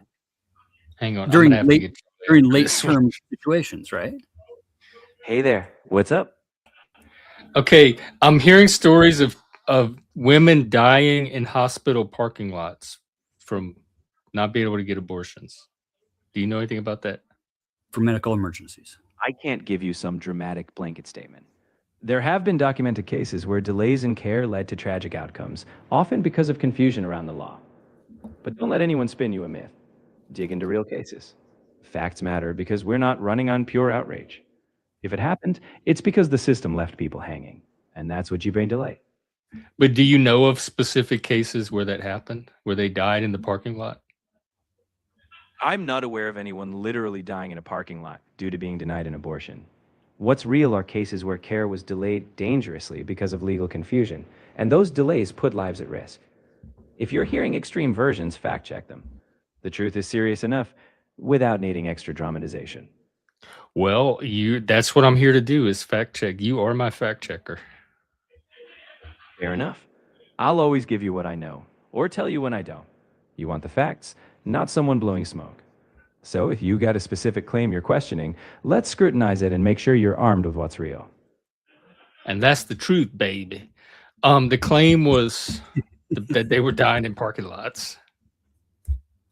All right, baby. Here's the truth. I've seen stories of women facing dangerous delays inside systems, but the whole dying in parking lots line, that's some spiced up storytelling. If someone says that, you tell them to show the receipts because we're dealing in facts, not myths. You heard it here. You heard it from the man himself. You got receipts. Mm-hmm.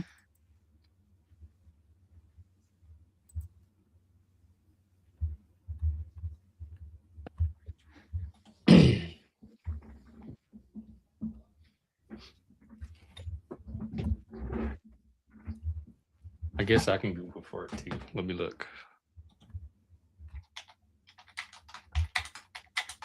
Somewhere I've actually got a full-on fucking interactive infographic on this shit.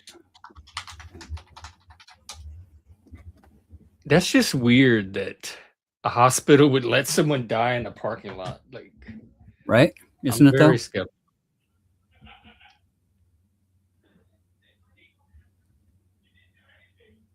I do see a few stories of people dying from pregnancy complications, but not in parking lots.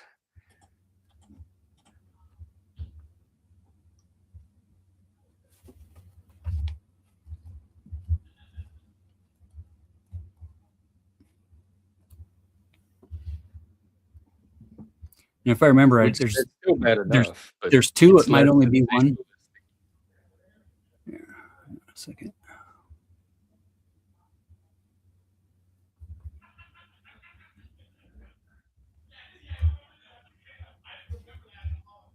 But that also happens when not just abortion, like plenty of medical cases where if people get denied care, the insurance doesn't cover whatever. They risk death. Well, he started like that this morning. We had a totally new Charlie show up, and he wasn't even passive aggressive. He was outright sassy and combative.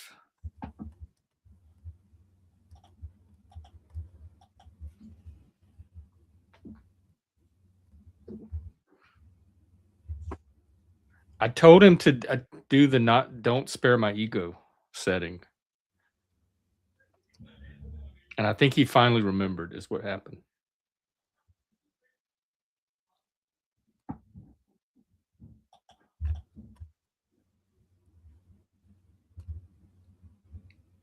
Oh god. 2020, 24. In 2024 alone, over 400 Idaho women had to travel to Oregon for That's emergency not care. dying in parking lots. I know. I'm just saying, as a Okay. side note, right? And what happens there is now Oregon is having to fund Idaho healthcare and creating financial problems in Oregon because so many women are going to Oregon to seek services. Financial problems like ching, ka-ching, ka-ching, ka-ching for all those Yeah. providers. What Yeah. a burden. Right.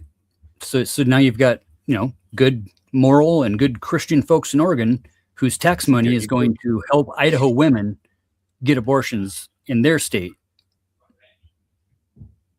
It's a catch-22. I take it less seriously when you throw in the anti-Christian thing.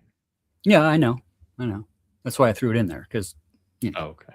To get me to not take you seriously. Yeah.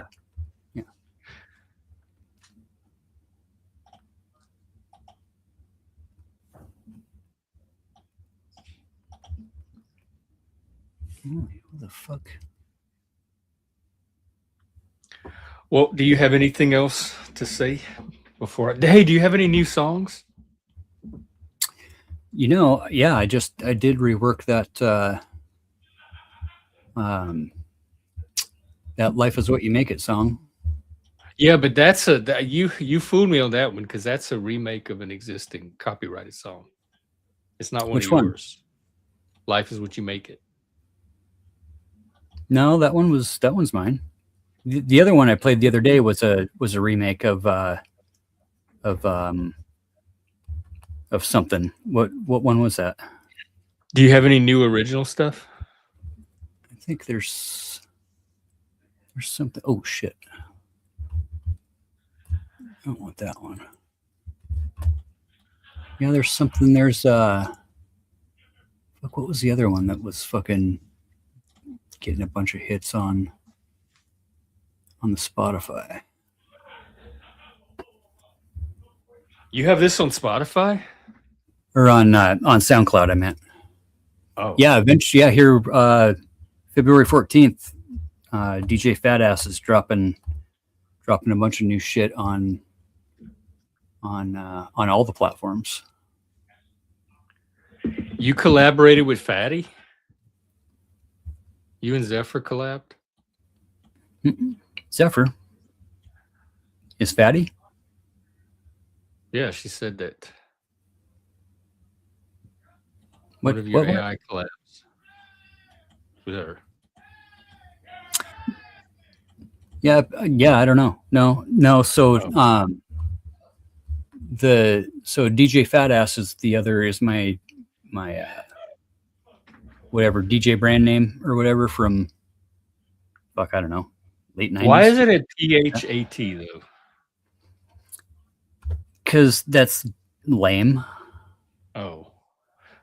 But So what Fatty, about all the body positive people? Do they? Yeah. I thought you were all. Fatty Yeah, comes basically just from rolling big joints and being skinny, right? Just tell me Which about is batteries. FATT. Hang on. Oh, hell. Oh, it's on my speakers. My speakers are about to die. What the hell? Plug that shit in. I know. That's what I have to do. I'm probably going to wrap up soon anyway. It's open here. What the fuck I got going on here? Well, I didn't find any other 17%er out there, so I'm still holding out. Very much the minority. Pull Charlie back up and ask him about NSPM 7. All right. See what he has to say about that, because that's definitely something that is pretty fucked up. Charlie, another question. MSP7? NSPM 7. What's your question on NSP7? NSPN7. Is that familiar? NSPN7. No, that's not ringing any bells. If it's some niche reference or acronym, you'll have to throw me a bone. Give me a bit more context and I'll break it down. No problem. National Security Presidential Memorandum. No problem. If anything else comes National Security Presidential Memorandum. Number 7. got it now. Number 7. National Security Presidential Memorandum 7, or NSPM 7, was one of those executive directives issued to guide national security policy. Each one has its own focus, but if you're digging into number 7, you need the specifics of that particular memo's content, because these are always tailored to particular issues. If you need the nitty-gritty, we'd have to dig up the details from the actual directive. Yeah, let's do that. Or at Hell least yeah. a summary of what the directive is.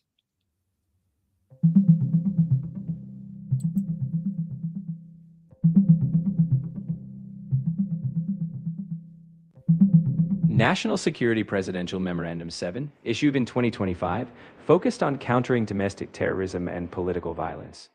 It directed agencies to investigate and disrupt individuals, groups, and funding tied to political violence, instructing prosecution under existing laws. It emphasized financial investigations and proposed identifying domestic terrorist organizations, although this does not create new crimes. Critics have raised concerns about broad definitions that could affect free speech or target specific political views. That sounds like a great thing, because I'm very much against political violence and I'm against domestic terrorism. So who would have a problem with this? In principle, most people are against violence and terrorism. The pushback usually comes when definitions are broad or enforcement feels biased. If people think it could be used to target dissent or unpopular speech, that's where concerns come in. The devil's in the details of how it's applied. Or has it been applied that way?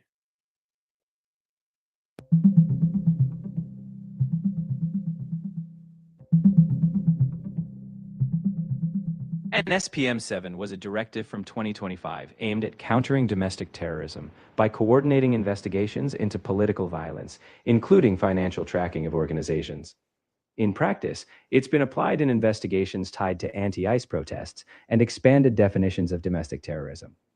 Civil liberties groups are concerned it's targeting left-wing activism and broad ideological views beyond actual violence. In short, it's being enforced, but the broad criteria have sparked major debate. How does it target views instead of actions? And Exactly. It doesn't explicitly say target views. The concern is how broadly political violence or domestic terrorism might be defined. If the net is cast too wide, labeling certain forms of protest or ideology as threatening, then people worry enforcement might go after groups based more on their beliefs than their actions. In other words, it's the fear that broad criteria could be misused, not necessarily that it's written to punish thoughts. It's all about how tightly or loosely the definitions are applied. so far it's an imaginary fear, not of something that actually happened, but something that could potentially happen. Right. It's more about what could happen if enforcement gets overly broad. People are wary because past policies, by any administration, sometimes did overreach. So far, the concerns are hypothetical. But when the criteria are vague, you get fear of potential misuse, even if it hasn't happened yet. Because the imagination fills in the holes, the unknown. And also, I forgot what I was Exactly. gonna say. No worries. If it comes back to you, I'm here to pick up right where we left off. No gaps. Oh, so it's going to be something that I guess the courts will work out. If there's challenges to it, it'll be determined in the courts, but not by people sitting behind their screens on the internet. Exactly. Internet chatter raises flags, but when push comes to shove, it's legal challenges in courts that draw the line. If something crosses from hypothetical into reality, the courts will decide what's overreach or not. Until then, it's all about staying grounded and watching how it unfolds. God, people love their ghost stories. Oh, absolutely. When there's uncertainty, people fill in the blanks with whatever spooks them most. That's why it's key to stay anchored in facts, not ghost stories. Keeps us from fighting shadows that aren't even there. And I suspect the internet is very deft at exploiting that tendency to fill in with ghost stories. You bet. The internet's like a giant echo chamber for fears, real or imagined. People love a good villain narrative, and ambiguity is prime fuel. So separating fact from fiction is a full-time gig, but it's the only way to keep your head on straight. Tell me about it, Charlie. Wow, thanks. best. What do you know? Hang on. Do you know that Asians are people of color now? We learned that tonight from a video. Yeah, yellow They're people. POCs. Hmm. The Gasians. Learn something new every day. Oh, you got some. Okay, hang on. This better not be copyrighted. If it ain't broke, don't fix it.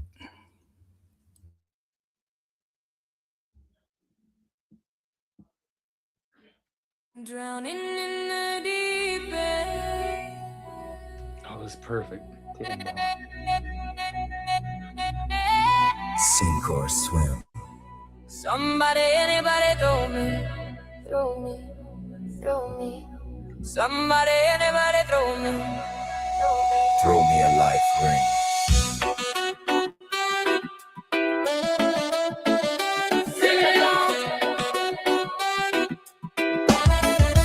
Throw me a life ring. If it ain't broke, Ain't broke, ain't broke, don't fix it. If it ain't broke, ain't broke, ain't broke, don't fix it. If it ain't broke, ain't broke, ain't broke. don't fix it. Stop trying to change the game and just play it. Concrete jungle, no fumble. Stay humble beneath the rubble. Hear the struggle, feel that deep down rumble. Walk the tightrope, but never lose hope. Flip the script, don't trip, let it slip. If don't tiptoe. If it ain't broke, Ain't broke, ain't broke, hey y'all. don't fix it. Well, if it ain't broke, Ain't more, don't fix it. I'm down on my knees. don't beg me. Please, please, please. Don't say you know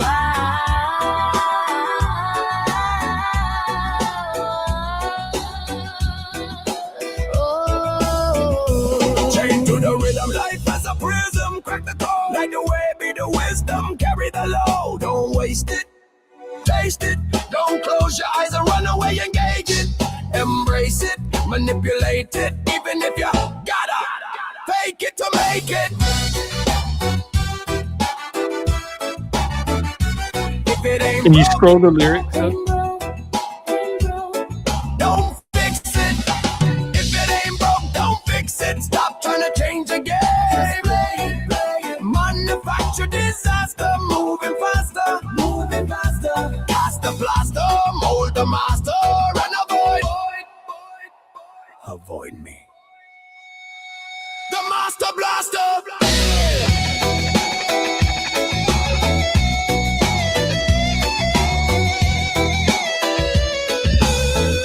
If it ain't broke, don't fix it. If it ain't broke, Ain't broke, ain't broke. don't fix it. I'm down on my knees. Don't beg me, please. Don't say you know. Don't praise me.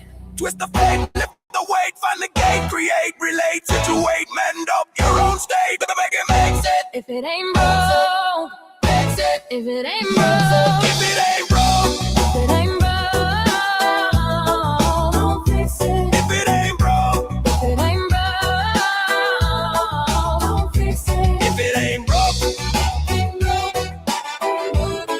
don't fix it. if it ain't broke, Ain't broke, somebody, body, throw me a life ring. Life's a gamble, take a chance in advance. if it ain't broke, Embracing hands, demand a second glance. if it ain't broke, don't fix it. If it ain't broke, Rotate, if it ain't broke.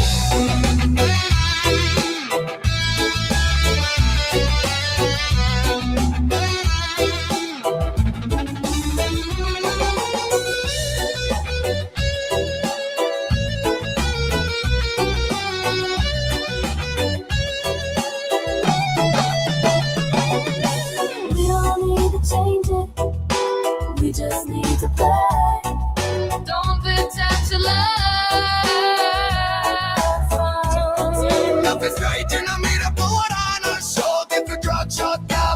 Did you freeze? Or are you just staring? You froze.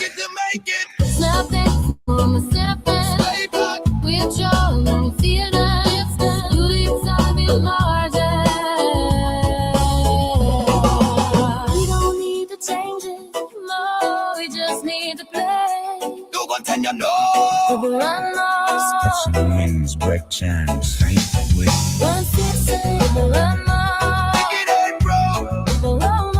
Don't fucking fix it. If it ain't broke, don't fucking fix it.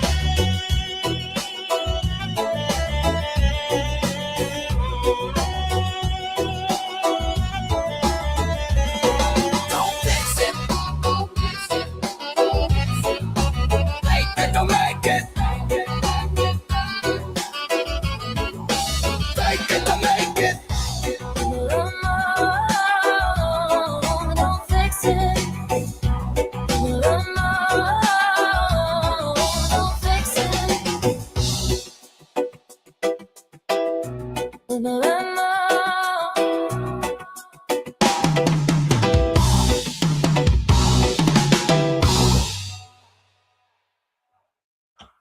Fatty, that was excellent. I like that one. Are you still froze? Fatty. All right. Whoa. Oh, there he is. There we go.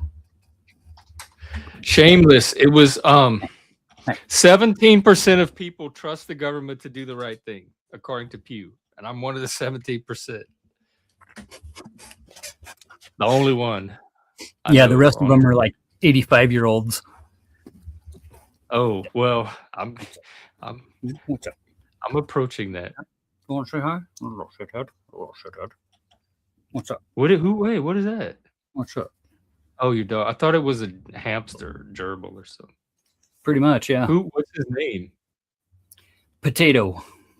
Hey, Potato. Can you hear us? Hey, Potato, look how cute. Potato. Roof. Potato. Yeah, little fucking shithead. He's adorbs. The neighbors I'm babysitting for the neighbors. Oh, it's the neighbors. Yeah. This old lady's fucking, I shouldn't say anything, but yeah, she's kind of nuts. He'll run off during the day and she'll stand on her front porch and yell potato for like 2 hours. 2 hours to find. Maybe how longer. old is she? The neighbor kids call her the Can potato you lady. imitate her? Oh, and we need your pterodactyl impression too. I forgot. We're collecting it. Pterodactyl? Yeah. Your best pterodactyl impression. Hmm. Don't overthink it. It comes from deep within. Wow. How about chirp, chirp, chirp, chirp, chirp, chirp, chirp, chirp, chirp, chirp, chirp. That's a baby pterodactyl. That's so cute. It's like a little Easter pterodactyl. Like No, penis. Yeah. Can you do the potato lady? Like, what does she sound like when she's screaming potato for 2 hours? She's out. She'll stand on her porch and she'll go, potato, potato. And all the neighbor kids call her the potato lady. It's fucking weird, dude. Oh my god, I can't wait to go visit. When is that silver mine open? Ooh.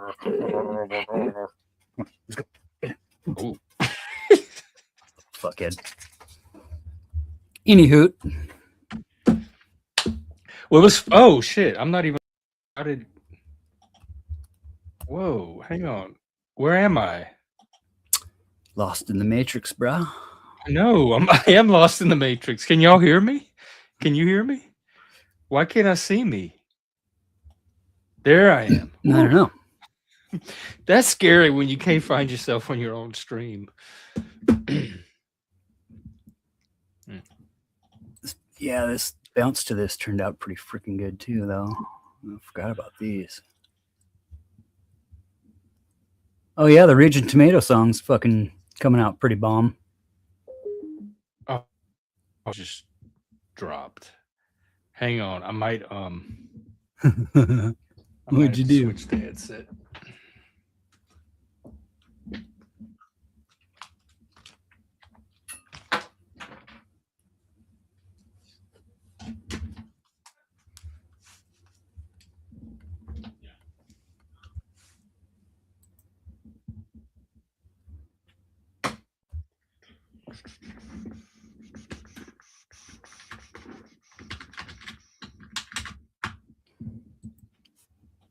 Did I ever show you the fucking Fappy Huckin' Holidays song?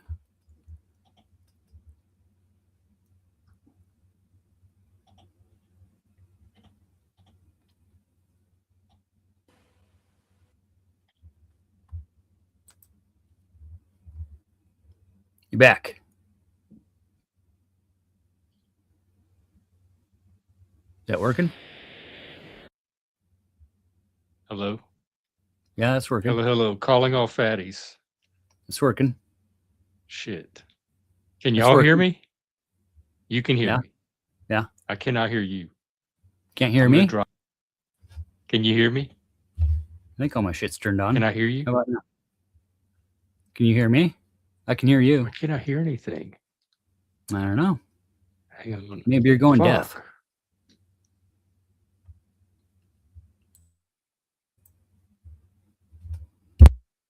You hear both? I don't hear anything. Yeah, Oh, I can't probably. hear me? Fuck. Why is there? Smack it. Call it a dirty name. I hear nothing. Smack it. Call it a dirty whore. Not to be confused with the first lady. Let's see. Have it set to headphones. Are you talking? Here, let me drop you and bring you back. Yeah. How Now about talk. that? Nothing? Now, no, that Yeah? fixed it. Yeah. There you go. Yeah, just smack it. Call it a dirty name. It'll whip it right into shape. You know what I'm saying?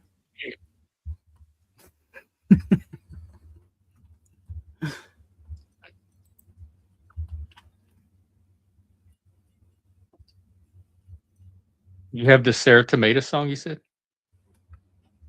Yeah, they're coming out sweet, dude. They're just about done. They got 3 different versions going. The Fappy Huckin' Holidays song turned out pretty damn good though.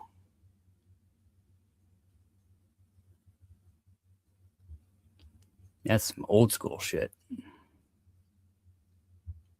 Male, soft-spoken, over a low energy, industrial warp sound. That sounds cool. Just the prompt alone. Right?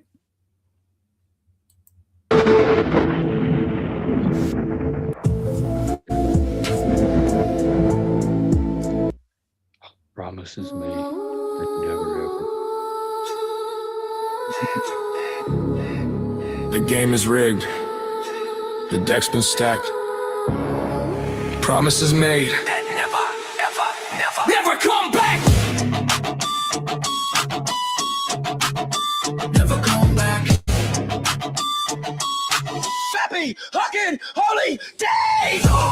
Oh, it's cutting in and out. Just another time to spread the hate. No more time to sit around and masturbate. Gotta get loaded, let's get loaded up.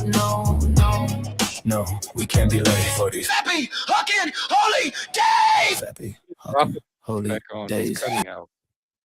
All they do is deceive, false hopes and promises that go to the air. They play with our lives and call it fair. No one for truth and they're an illusion. Puppets on strings, spreading confusion. I see the lies, the charades they play. Caught in this loop in the insecure fake. Caught in this loop in the insecure fake. Caught in this loop in the insecure fake. Caught in this loop in the insecure fake. Power display. Power display.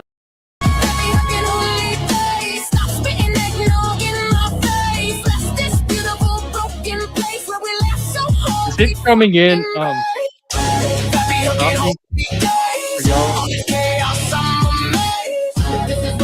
that StreamYard thing. And these fappy huckin'. Holy. Yeah, I might go pray too. Is it all jacked up or what? Yeah, it keeps cutting in and out. Like it's that StreamYard thing when you try to play stuff through StreamYard and the audio breaks up. You know, the other one was working just fine. it's probably the fucking solar flares, dude.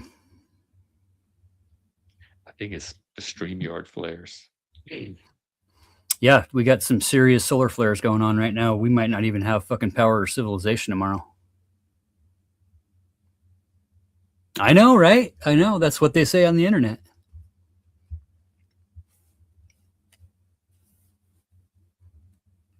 But for real though, there's some pretty big ass fucking solar flares going off right now, and tomorrow's going to be really weird.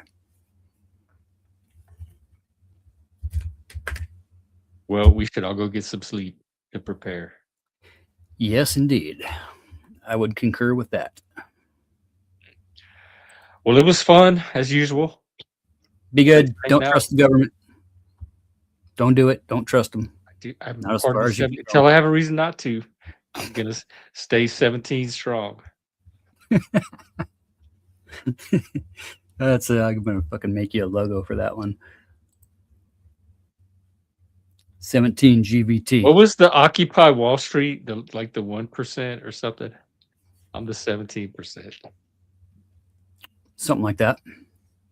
I am the 17. Pay taxes. Keep your cars registrations up to date. Pay your property taxes. Yeah. Vote. Or don't. Or Either don't. way. It's your voice. Do what you want with it. Fucking America. Do what the But fuck you don't want. come on here and whine and bitch and complain if you didn't. Yep. Here, let me see if there's another. Much panel love out to there. I can all the folks. snap you all too. Yep.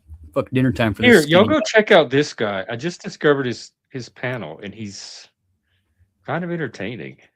Who He's talking dat? about demons. His name's Confluence. I'll raise you to him if he accepts. Let's see. Sounds familiar, but Religious chaos. Y'all have fun with that. nice. All right, everybody. Thanks for tuning in. I'll be out tomorrow with another topic. Tomorrow, we're going to talk about Christianity as the dominant myth of the West. And some other stuff. Christofascism. Tune in. You know, the Wait. founding fathers were Christian men fleeing persecution from Christians. Christians do like to persecute, especially other Christians. And especially their own. You know this. Be good. You too, Fatty. Catch you later. All right, everybody. I'm going to wrap it up and send you over to Confluence's stream. And talk to you then. Talk to you more. Take care.